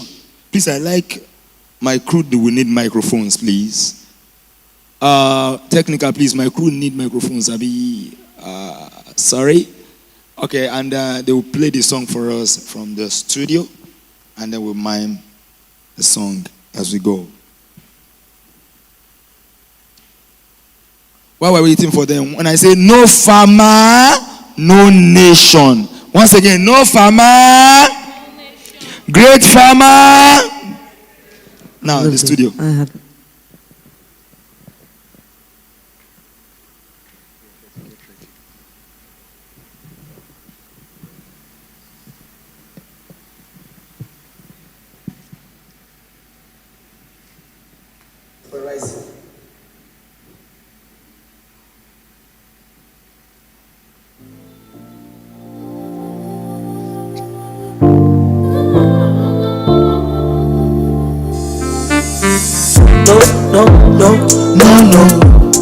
No farmer, no food. No food, no nation. Remember, man, Perry, Jello Berry, no food, no nation. Let us join hands to make our nation better. Let us join hands to build our economy. Agriculture helps to take away starvation. You said join hands to make our nation great. No farmer, no food. Yeah. No food, no nation. No farmer, no food. Yeah. No food, no nation. Yeah. Tell me exactly what you can do without me. I'm the food basket of the nation. I am the food producer. I am the food seller. Immediately child to the child to the jury class. Rapping as in a curse in Leticus. Millen in the Shilai jump for second. The party walk kitchen to every chicken is shaman. I'm the producer of potato. Tomato, pepper, rice, yam, cassava. Carrot to the queen, you can't do without me. Without me, no king can reign. Agriculture is life. Value chain is wide. Agriculture is sweet. Before you know what culture. Timoyi pẹ̀lú bọ́kọ̀tọ̀. Dẹ́jàrò wà látọ̀dọ̀. You want no ibi tó yọ̀gẹ́. You will eat and ask for more. No farmer, no food. Yeah. No food, no nation. No farmer, no food. No food, no nation. Even if there is after speaking all the grammar in the course, you will still come to me. Say, please, I want to fill my belly down. Please, I want to be a toy engine. Please, I want to be on myself. Give me a mala. Degree, pẹ̀lú owó tí put apathy, put ṣáàkì, tí mú ẹran, alẹ́mìnira wáyà, until I connect my wire to your amplifier. You cannot fire. Agriculture is life, value chain is wide. Agriculture is sweet. Tí wọ́n fẹ́ forí wò lọ́wọ́ ti kọjọ́, tí wọ́n yí pẹ̀lú bàkàtà. Jaro wà látọ̀dọ̀. You want no ibi tó yọ̀gẹ́. you will eat and ask for more. Ask for more. No food, no farmer, no food. Hey, yeah, yeah. No food, no nation. No farmer, no food. No food, no nation. I'll be farmer. When I be farmer. Farmer. Motuwa capable, so you can call my name. Prestigious farmer. Say my name. Honorable farmer. Call my name. Modernized farmer. Say my name. Civilized farmer. Check me out and see. How much you can raise your GDP? Any nation that looks down on me is going down. If you look up to me, then you are going up. I am the avenue to generate revenue. Iṣẹ́ àgbẹ̀ níṣẹ́ ilé wa. Iṣẹ́ ọmọ ṣẹ́ iṣẹ́ ilé wa. Ìlú ọmọ jẹ́ ká sọ̀wọ́ pọ̀ kẹ́bíṣọ́ àgbẹ̀lá iṣẹ́ ilé wa. No farmer, no food. No farmer, no food. No food, no nation. No farmer, no food. No farmer, no food. No food, no nation. Agro-Health, man.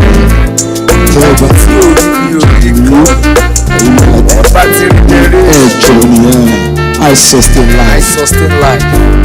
Without me. Thank you. Thank you. Anywhere. M-Class Creation. In fact, this man isn't just a singer.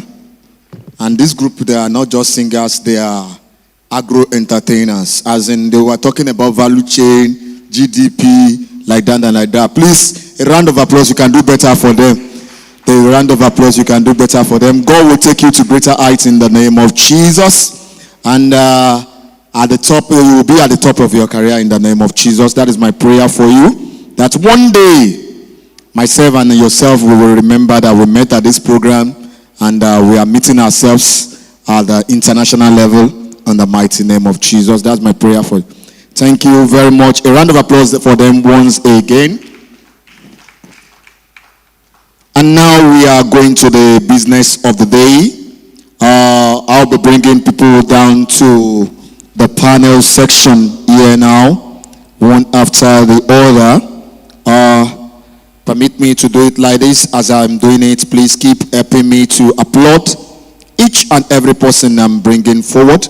The very first person I'm going to be bringing forward is Mr. Tunde Banjoko, the chairman of LCCI, the Lagos State Chamber of, I can't depict, but it will be an agricultural group thing in the government sector. God bless you. Please keep clapping for this man. Keep clapping, keep clapping. Keep clapping. Also, I will bring forward Mr. Bright Doro from Agritech. Is the CEO of Doro Agritech Ventures. Okay. I doubt if we have it, Mr. Ademola Oyetunji around. I doubt that. And Engineer Olushola Obadimu. I doubt if we have him around. And God bless you, sir. Okay, can I also bring forward, don't let me bring anybody forward here, please. At this section, what we are about discussing, the topic is saying, building healthy markets, incentivizing safe farming in Africa. And from your own knowledge, sir, being somebody that has worked with a government agency or whatever in the agricultural sector, what can you actually say generally before we start discussing this thing one after the other? Okay. Thank you, sir. So first, I'm not a government agent. I don't run it. Lagos Chamber of Commerce and Industry is for private businesses. Okay. So we're in the private sector, so I'm not I'm not a government representative, so that's the first disclaimer. But by virtue of what we do, we interact on behalf of the business community with both government and international bodies. So that's what we do. So that will be my first response, but we engage government regularly. Thank you very much. God bless you. God bless you, sir.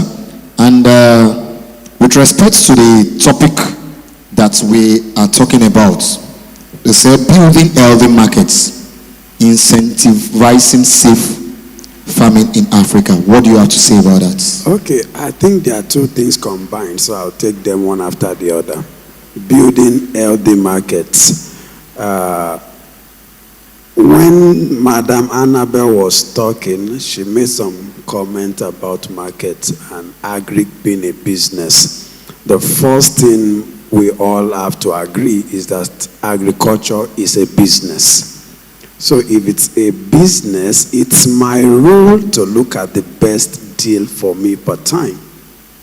So when we are talking about building healthy markets, most mistakes that most farmers do is they bury their head in production, they bury their head in processing, and after some time, they are stuck with their products looking for who to buy.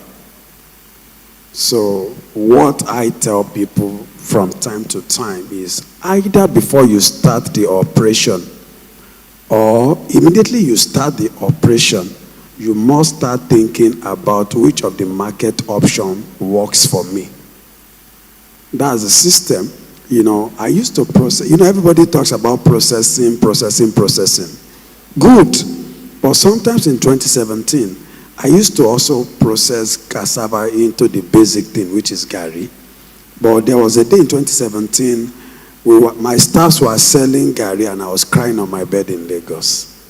I was actually crying because I saw the losses I was incurring, and that was the last day I processed gari.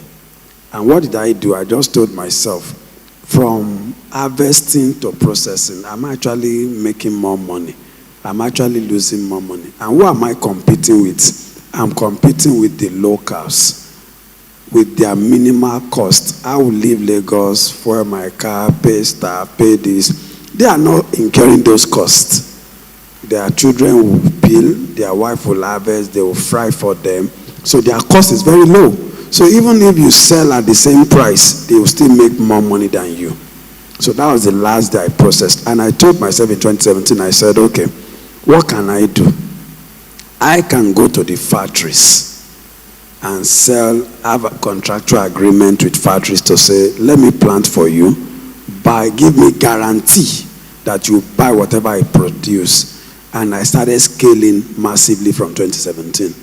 So some factories will say, I have 400 hectares. This one say, I have 1,000 hectares.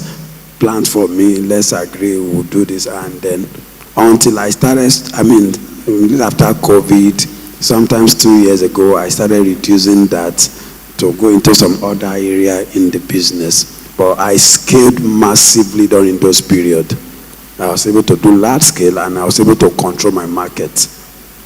So you should look for, what I'm bringing out from that is you can actually do your analysis and look at your market that works for you. I also have people that, I know of a guy in Ijebu too that processes gari but doesn't sell in Nigeria. Everything he processes in Ijebu is going abroad. That's the market he chose. So he will process the gari, do the dry fufu, everything is going abroad. I know somebody who does vegetable in Ijebu. Everything he produces goes abroad. But But he has moved to Nasarawa now. He left us in Ijebu. He has moved to Nasarawa. So you can actually decide your market as a farmer based on the scale and the information that you have. So what I would advise is, don't do your best not to be at the mercy of the market. It's difficult, but do your best not to be at the mercy of the, if you're at the mercy of, like, I think somebody asked about Gary the other time, and I love the advice Annabelle gave to her. Now is not the best time. Factories are buying at 60,000 per ton. You are at a loss already. At 60,000, you are at a loss already.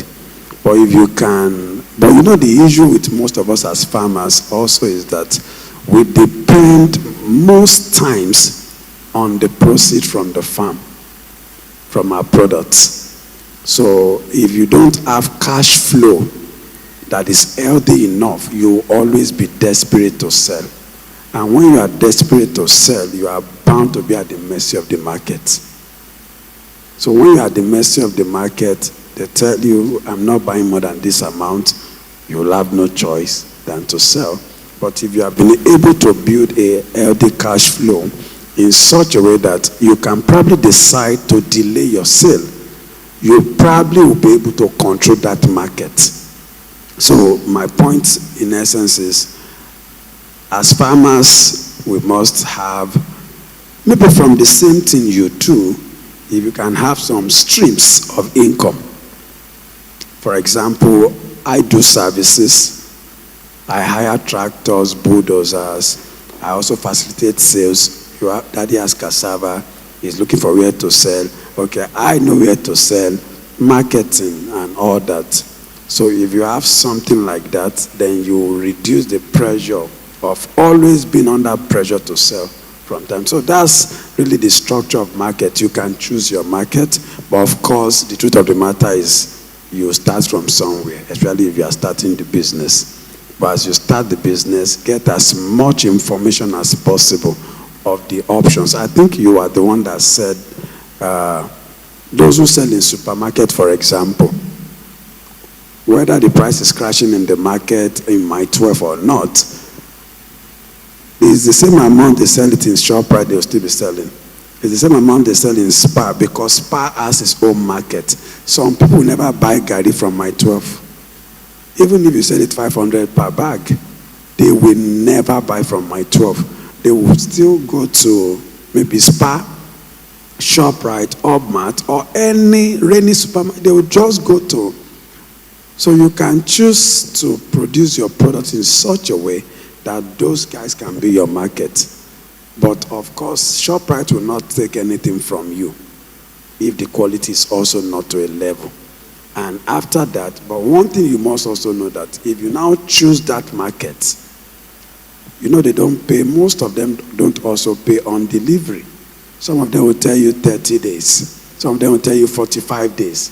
Some of them will tell you, some of them can also hold you and run you out of business. So you must also have that muscle for that market. So you can actually choose the market. Let me know if I flog the matter so that I can speak on it. Thank you. Okay. Thank you very much for doing justice to that. I will direct this question to Mr. Braidoro. And because we are actually talking about building healthy markets, and I'm a type of farmer that I do something, I value, I embrace storage a lot. Most especially, I'm currently at the loss on palm oil now. You know, there is a particular time we buy palm oil, and we just devise a means. You get planks, you put it on the floor, and you put your palm oil there. Then the palm oil is safe. And when it's a particular time, you know, those palm trees, there will be no much palm kernel again to process, and the price will just keep skyrocketing weekly, daily. And we're actually talking about building healthy markets. If I may ask, have I done well for the markets or not? Mr. Braidoro, what can you say about that, please?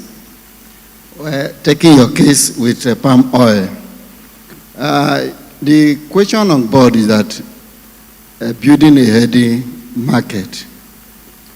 What is the market? It's just getting a demand for your product. But what we are here discussing today is about the safety and the health. Because there are many things that will constitute the demand. And there are many things that will make you to also, the demand either low or high. So if your quality is high, the processes adhered to is really acceptable processes, then there will be market for your product.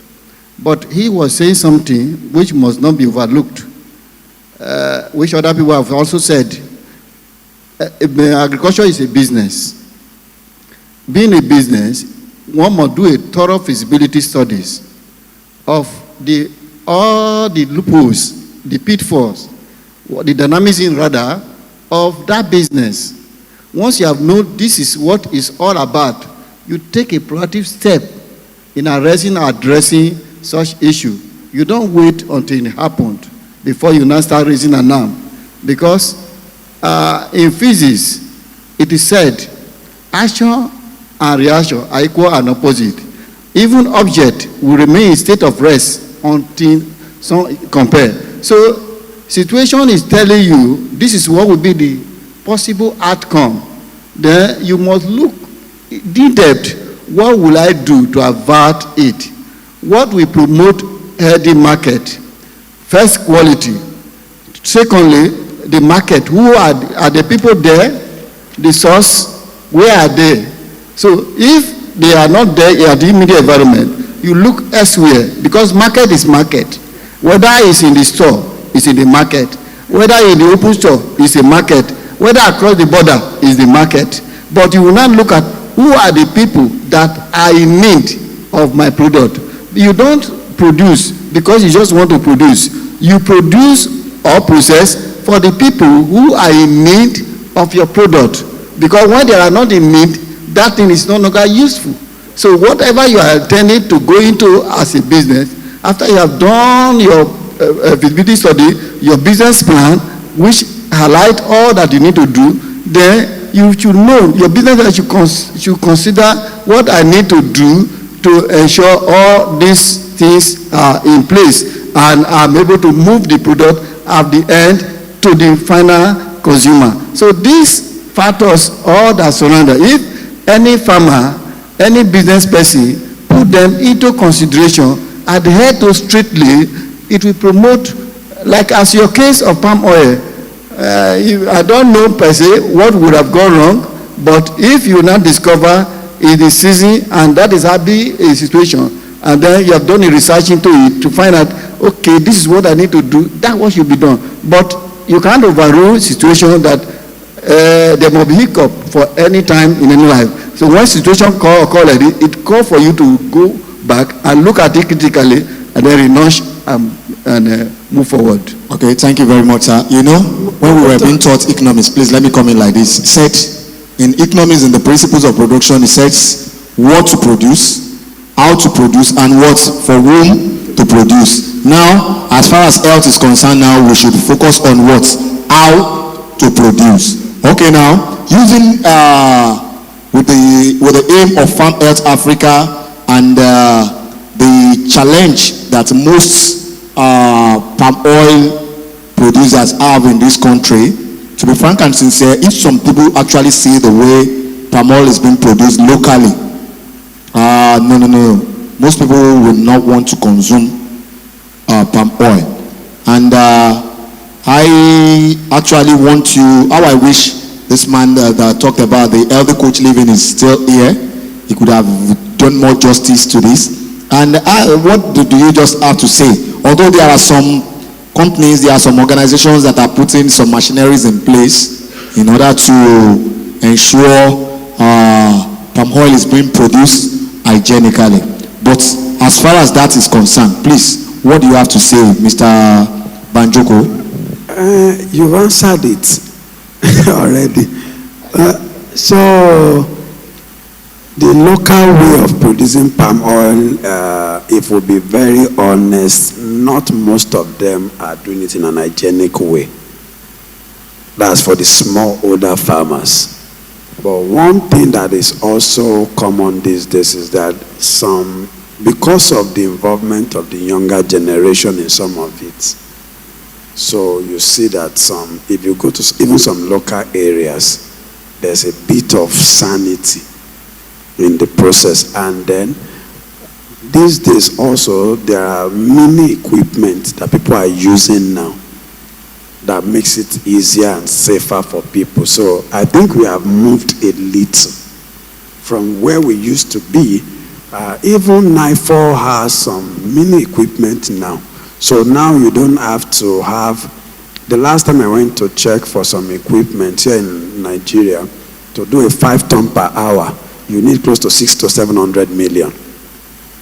So if you are doing and we have people who are 5 ton per hour, we have people who have 10 ton per hour, doing almost 1.2 billion, 1.3 billion to set up the equipment. But that's not within the reach of most of us.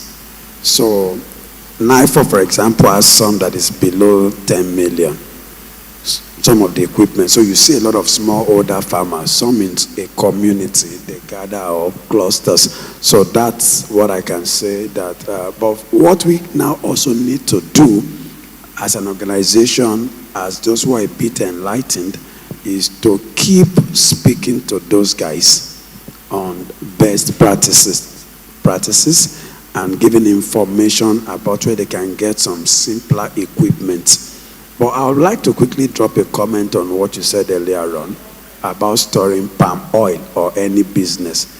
I'll be very honest with us. In Nigeria today, hoarding will not work for you like it used to work.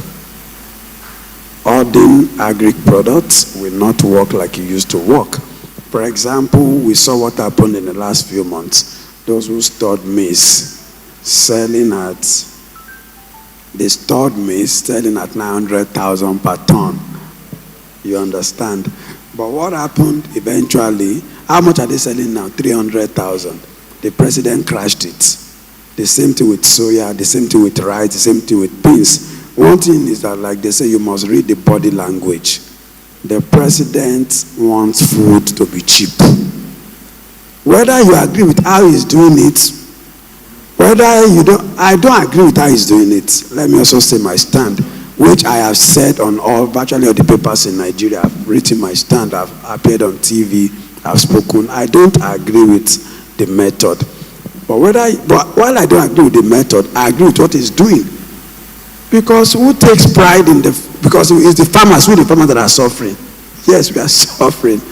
But who takes pleasure in buying rice at 120,000, 130,000 per bag?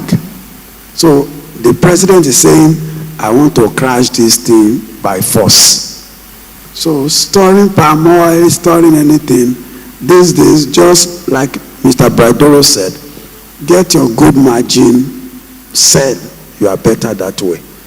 I understand what you do because it's my space. I'm into palm oil. So these days, when it's off period, the price will go up. This is not the day because we don't know what the president will do with palm oil too. He might decide to bring it from Indonesia or Malaysia. He might decide, because that's what he's been doing. He might say, this price is, I want it at 20,000. They will bring it to 20,000. So this is not the days of storing, hoarding for excess profits for any agri-commodity. Yeah, I want to quickly react to that aspect too. We are talking about both health and we are talking about export, not even import. It's quite a fortunate policy is somersaulting in Nigeria. Yeah, and we're also talking about the better way, which means there must be improvement. So if in the olden days, this is the what we do, and we still keep getting the same result, and we still want to keep on with it, it means that we are not really working with our head. Now, as like for the oil, olden days, I can see I participated, we matched the, and I don't know how safety that would be, but we were consuming it as part of it because there's no alternative. So when we have new now today that we can actually use machine, which is more ideal, to do that, that should be the focus for every policy. And we should discourage everything. And the government and advocate like us, like FHA, should advocate for the government that these people need to be supported with the modern machinery so that they can sustain, because we are talking about food security. A nation that cannot guarantee their citizens food security is not safe. You don't have the money. Why our naira is floating? Because we don't have foreign exchange enough to buy from other places. So most cases we buy. You are on the Chamber of Commerce, so I'm one of your members. So, so in most cases, you should know very well. So interestingly, the point I'm trying to make is this: we will need to work it out. What do we need to do? Best practices. This is what ought to be done. This is the model trend, and this is the compliance. Because if that is not in order, there will be no market for you. Because the person who you are trying to sell to, imagine somebody in those days cooking food and kata is, I will say eat the food. But now I don't think I will eat it. I'm not a Yoruba person. I came to Lagos at the point of time. When I came to Lagos, then I was introduced to ewedu. I ate it. But that day I was going to work. So I quickly branched. I saw the woman prepare the ewedu with wood, with a broom. I paid the money. I said, Madam, you are wicked. They tried to persuade me. I said, never. Madam, you are very, very wicked. You can take the money. I don't care. You understand? She begged and begged. Because the process was like, So this is one of those things we must move out from. And the same way can be processed now without even broom. You know? And people will still enjoy it very well. Yam is no longer being pounded, you waste all your energy. You can use machine to do it. We are talking about innovation. We are talking about better way. So if palm oil is being stored and there is variation because of one thing the other, reaction, because even the process of producing it may cause a reaction because if there are some other chemical other thing, and now it's no longer safe to be stored in the same position. It means we must think outside the box. What is the other person doing? So these are the things that we need to do. So safety begins with knowledge. What is the best way to enhance this for your own health? Because health is life and it's wealth. Thank you very much, sir. I will leave the case study of palm oil now. I'll move to the case study of plantain. Now, plantain is known to be a very great crop that can actually recopy itself even at the time when its lifespan is about coming to an end. If you can manage very well, plantain will recopy itself and is actually one of the most profitable things that you can go into.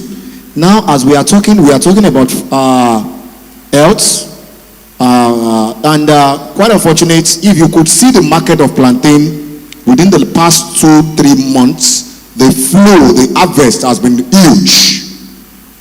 When you are moving from Ikire down to our side there, you see that the flow, the way our farmers are harvesting is very, very much, which will actually lead to a lot of wastes. It will lead to a lot. It only takes the person with high intellect to think of processing into flowers and some other things. Yes, chips, but quite unfortunate. Some people process it locally. And when they process it locally, don't let it be funny to you that they spread it on the bare floor. Now, as Farm for Health Africa, as an organization, as we are coming together to bring a change in our export quality, if I may ask, and if I may challenge each and every one of us here, sir, what do you think we need to do? Interestingly, on plantain, I did a research, I think 2014 or 2015, on how to preserve plantain when we have bulk harvests. And I had a conversation with BOI then, but we couldn't push it through. So they wanted me to set up in different geopolitical zone. But what they requested of me at that time, that was almost 10 years now, I told them I didn't have that much, so they should do more than what they were asking of me.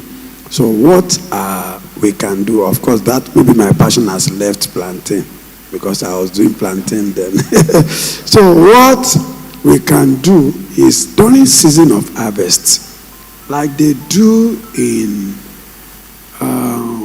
most of those South American countries, I actually copied a model from Jamaica, how you can preserve it for 6 months, 1 year, so that when it's out of season, you can bring it back to the market. So that's really what we need to do. We must have a way to preserve these things so that when we have them en masse, we keep them. When they are off season, we bring them back to the market. Or secondly, invest more. Like the Ikire axis that you mentioned, it's only Dodokire that we see them convert it to most times. But can we convert to, plantain chips? Can we convert them to plantain flour and other things? So I think that's really what we should do about the plantain. Okay, yeah, you've done excellently well. You've done justice to that. With respect to that vision, I think we need to reignite that vision. We need to reignite that vision. Myself, I'm very, very ready for you to reignite that vision. I have about 11 acres of land that I'm working on currently, and the vision is to turn that land into a palm oil processing factory. I'm doing the work. I'm consulting for one military officer. He's planning that towards his retirement. But before his retirement, I could have done some things very, very meaningful and profitable to myself and himself as well. So, with respect to that, I still want you to dwell more. Why I want you to dwell more is that there was a particular time a lady chatted me up. This, we used to call them Alajapa. You see those people, be afraid of them. They will come to your market, they will come to your farm, and they will buy at a very bad rate from the farmer, and they will go and make good profits with it. And at a particular time, there was scarcity, to be frank and sincere. Fresh plantain, there was scarcity. I think there should be around March, April. And this girl they just posted on Facebook, if you can do this, if you can do that. And the girl was just so curious to come to my farm, so that once he can see, and it was like, price, I should give her a price. That could have been as a result of the fact that he has gotten the demand from somewhere. So, why I want you to actually dwell back on that thing is, bring at a particular time, that the scarcity is there, and people need to do. It is not, they don't need flour now. Flour is for the plantain flour is mostly consumed by those that are diabetic. Yes. Anybody can consume it, definitely, but at least anybody can consume it, but at least it is for those people actually desire it as well. So please, there is a particular organization I tried inviting here, but I couldn't actually get across to them on time. Those guys they operate in my 12 over the Echo 2. Maybe you've heard about them. So I will actually try to work. We are mates, we are colleagues at FUTA. Yes, we both finished at FUTA at the same time. So please, we actually need to work on this thing. Not only plantain, banana. Are you getting me? Banana. So that there will be a time that we preserve, and when we need it, we'll bring it out. So, sir, what can you actually say? What can you actually say about putting this thing that we are talking about, this plantain? What can you say about how we can actually ensure it maintain its good quality for export standard, even at that time that we will need to export it? So many things you have just demanded, but I think you have answered most of the question and because of your narration. I will say like this. One, what are the value share in plantain? Because once a product have got a harvest stage, you must harvest it. Otherwise, you get to spoilage. Now, you are talking about innovation or invention that you have not researched it to bridge. So that will be looked into in thereafter. But at the moment, we have different processes of change that product can be turned to. And why turning it to that product is to add more value and more money. And again, despite you be alarming that there are people who will come to buy at cheaper price, that is normal in life. When you have no perfect information about the market trend, if you know that person know that they can sell this somewhere else, and this is what you need to do, that's what you should be doing. We as FHA, we have the information and the knowledge of the problem faced by those small farmer holders. We are to educate them so that they can increase their economic power. Like for you doing the project, fine. Once you look at beyond the harvesting, what more and what are the necessary tools that are needed, if that person could be made to provide those things ahead, so that they will just have a value chain business, not just one product of a family as a producer, but also as a processor, and then you can be able to sell. Now, once you process, the value added, and also storage can also be maintained quicker and longer. I process fish. If I process fish, you can, for 1.5 years, the fish will not get spoiled. Then I will go broke. Because I have been tutor. I have known what to do.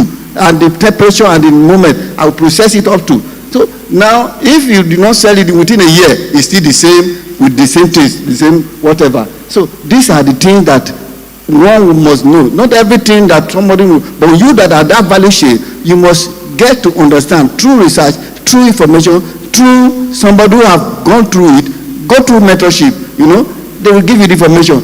Practice it. You may not be perfect. Keep on updating and increasing. You will get better. But the fact remains that you must not remain to sell it at that raw stage, because he's already getting spoiled. When I started producing fish, all these people will come, and the fish is already at selling point. They will come, they say they want to buy. After we have removed them from pump water and removed the fish, then somebody will say, this is the price. What more? Now he says, if you don't throw it, and you look at it, throw it is going to sell the fish, and then again you needed money and they are already at you. So by the time we know, we begin to bypass them, have other places, they themselves now understand that because we have already understood them, people begin to tell us, if you want to sell to so people, okay. That is how it is. So the information about your product, about what you're doing, you must be seeking for it. Where is the market? Where is it demanded? Where, what and what in life? These are the things you'll be looking out for. Even as you started, you start looking for the market from the beginning. Because if you get to that time before you start looking for the market, you're depending, somebody will take advantage. You want to make profit too. So you should not blame that person. So that's my way to answer your question in that regard. I will not be so straight because I'm not the thorough in that. Same principle. Thank you very much. Thank you very much. I will not limit this to myself here. I will actually want anybody in the audience who actually to desire to ask one thing or say one thing as far as the topic we have been discussing on the panel section here. Do we have anyone? In the absence of none, I want to sincerely appreciate you in particular, Mr. Braidoro, for keeping to time and actually sacrificing the whole of the day for this program. And I actually want to appreciate Mr. Tunde Banjuko, the chairman of LCCI AAG. Thank you for being a young agripreneur who is carrying a great vision and selling it to where it is supposed to be sold to, and actually pressing hard. I believe as one day again, myself and yourself, we will meet at the great stage, and I will say, yes, we started from here. Chobiraji and I, we started on a local level, and see where our path is crossing today. I give glory to God Almighty. I'm not just a farmer, I'm a passionate one. Right from childhood, I stood before Dr. Akiwumi Adeshino, right in my universities when I was the president of Nigeria Association of Agricultural Students, FUTA chapter, I discussed the vision with him and he keyed into it instantly. And my name was dwelling all over the campus back then. Hey, Ojo has collected millions from Minister for Agric. I was almost crucified for it, but I give glory to God that posterity judged me out of the university. And so with respect to this, I believe this is a vision I carry, which I must take to anywhere. I have invested so much in agriculture. I've experienced loss, I've experienced setback, but I know where I'm going to is far. So, and this is a challenge I'm giving to every young agripreneur that can be listening to me in any part of the world. Agriculture is not for the weak. It will challenge you, it will shake you. But when you give up, you have lost totally. When you don't give up, it will take you to where you don't expect it will take you to. I am Ojo Oluwole Joseph, MC OJ, the Agro Entertainer. God bless you all. Thank you for being with me here. God bless you. And now to the certificate presentation. Please, let's appreciate our panelists. That was great. Mr. Bright Doro and our beer, no, so we call him we're the only pound-sterling man.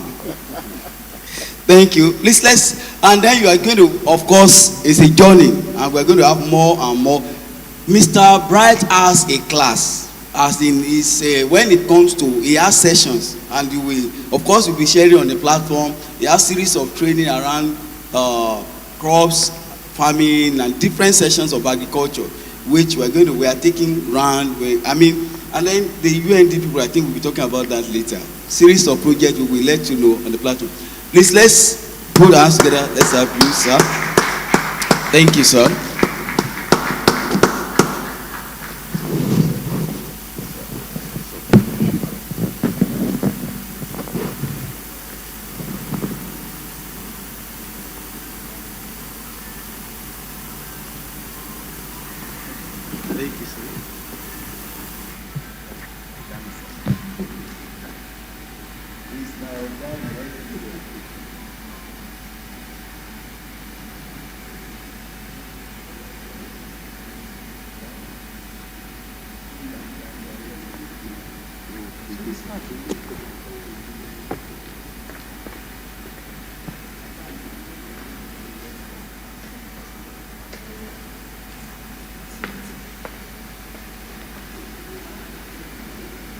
Thank you very much, ladies and gentlemen. Once again, let me start like this. I say bonjour, madame, bonjour, mademoiselle. Comment ça va, ça va bien? Wọ́n ní ẹkú ìjòkó là ń kí ará ilé, ẹkú ilé náà là sì ń kí àwọn ará ilé. Igbo people that are here, ndé òórùn, una dey okay? Thank you very much. In Yoruba, I say Eshe. In Igbo, I say Imeela. In English, I say thank you for being part of this wonderful event. Before I say au revoir in French, I will want you to please still remain on your seats while we do justice some things as the hosts of today's event comes here to give us the closing remarks.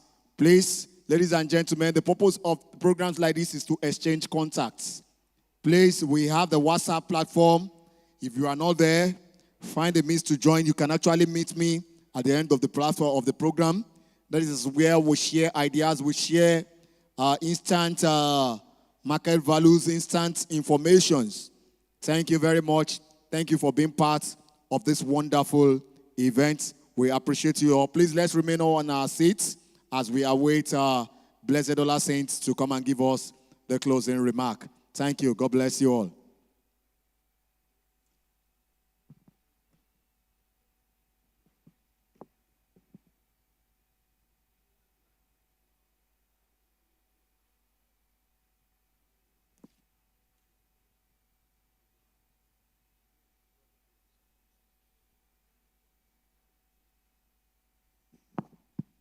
Okay, so for me, I think we've had a great moment, a great day. But I think I need to confirm that. May I just know, is your time well managed and decorated, and involved and engaged? Yeah, if that's so, please let's put our hands together for Farm for Health Africa at least. So it's the beginning, and we will let you know the workshop, although Moshun, we're coming to Ogun State, we're doing in Lagos, it's going around, and I just want to drop this because we've been here. Let's see this as a passion, and let's see this as what we should drive together, collaboration. Let's do this together. Let's see beyond just what we can sell now. Let's see building a great future for a continent. So I sincerely appreciate everyone for coming around, and all our participants online, thank you for joining. Thank you for your time. And we will let you know, give you the updates, all our workshops, and see you next year here again. 2026, we're going to be having a super session, October again. You will know the date. But before then, we should have 6 to 8 workshops around the nation. Thank you all. God bless you, sir. Thank you for putting this up. Sir, Mr. Banjoko wants to sing. He needs your attention, please. Thank you very much. As I said, I am Ojo Oluwole Joseph, MCOJ, the Agro Entertainer. That is that is what I do. That is, you can see me on the screen. Yeah, just name to that any part of the world. I'm ready to go with you over there. And I'm actually sure you will enjoy my service and you will never regret doing so. I'm not just an agro entertainer. As far as this work of Compare is concerned, I trust myself to a particular level. God bless you. Technical, please let it remain there. Let my complimentary card remain there. God bless you. God bless you. God bless you. Thank you very much. Thank you very much. That's my Facebook handle, Oluwole Ojo. If that Oluwole Ojo is not coming on time, just type Ojo Agbe. Ojo Agbe. Just type that one there. You'll see my timeline.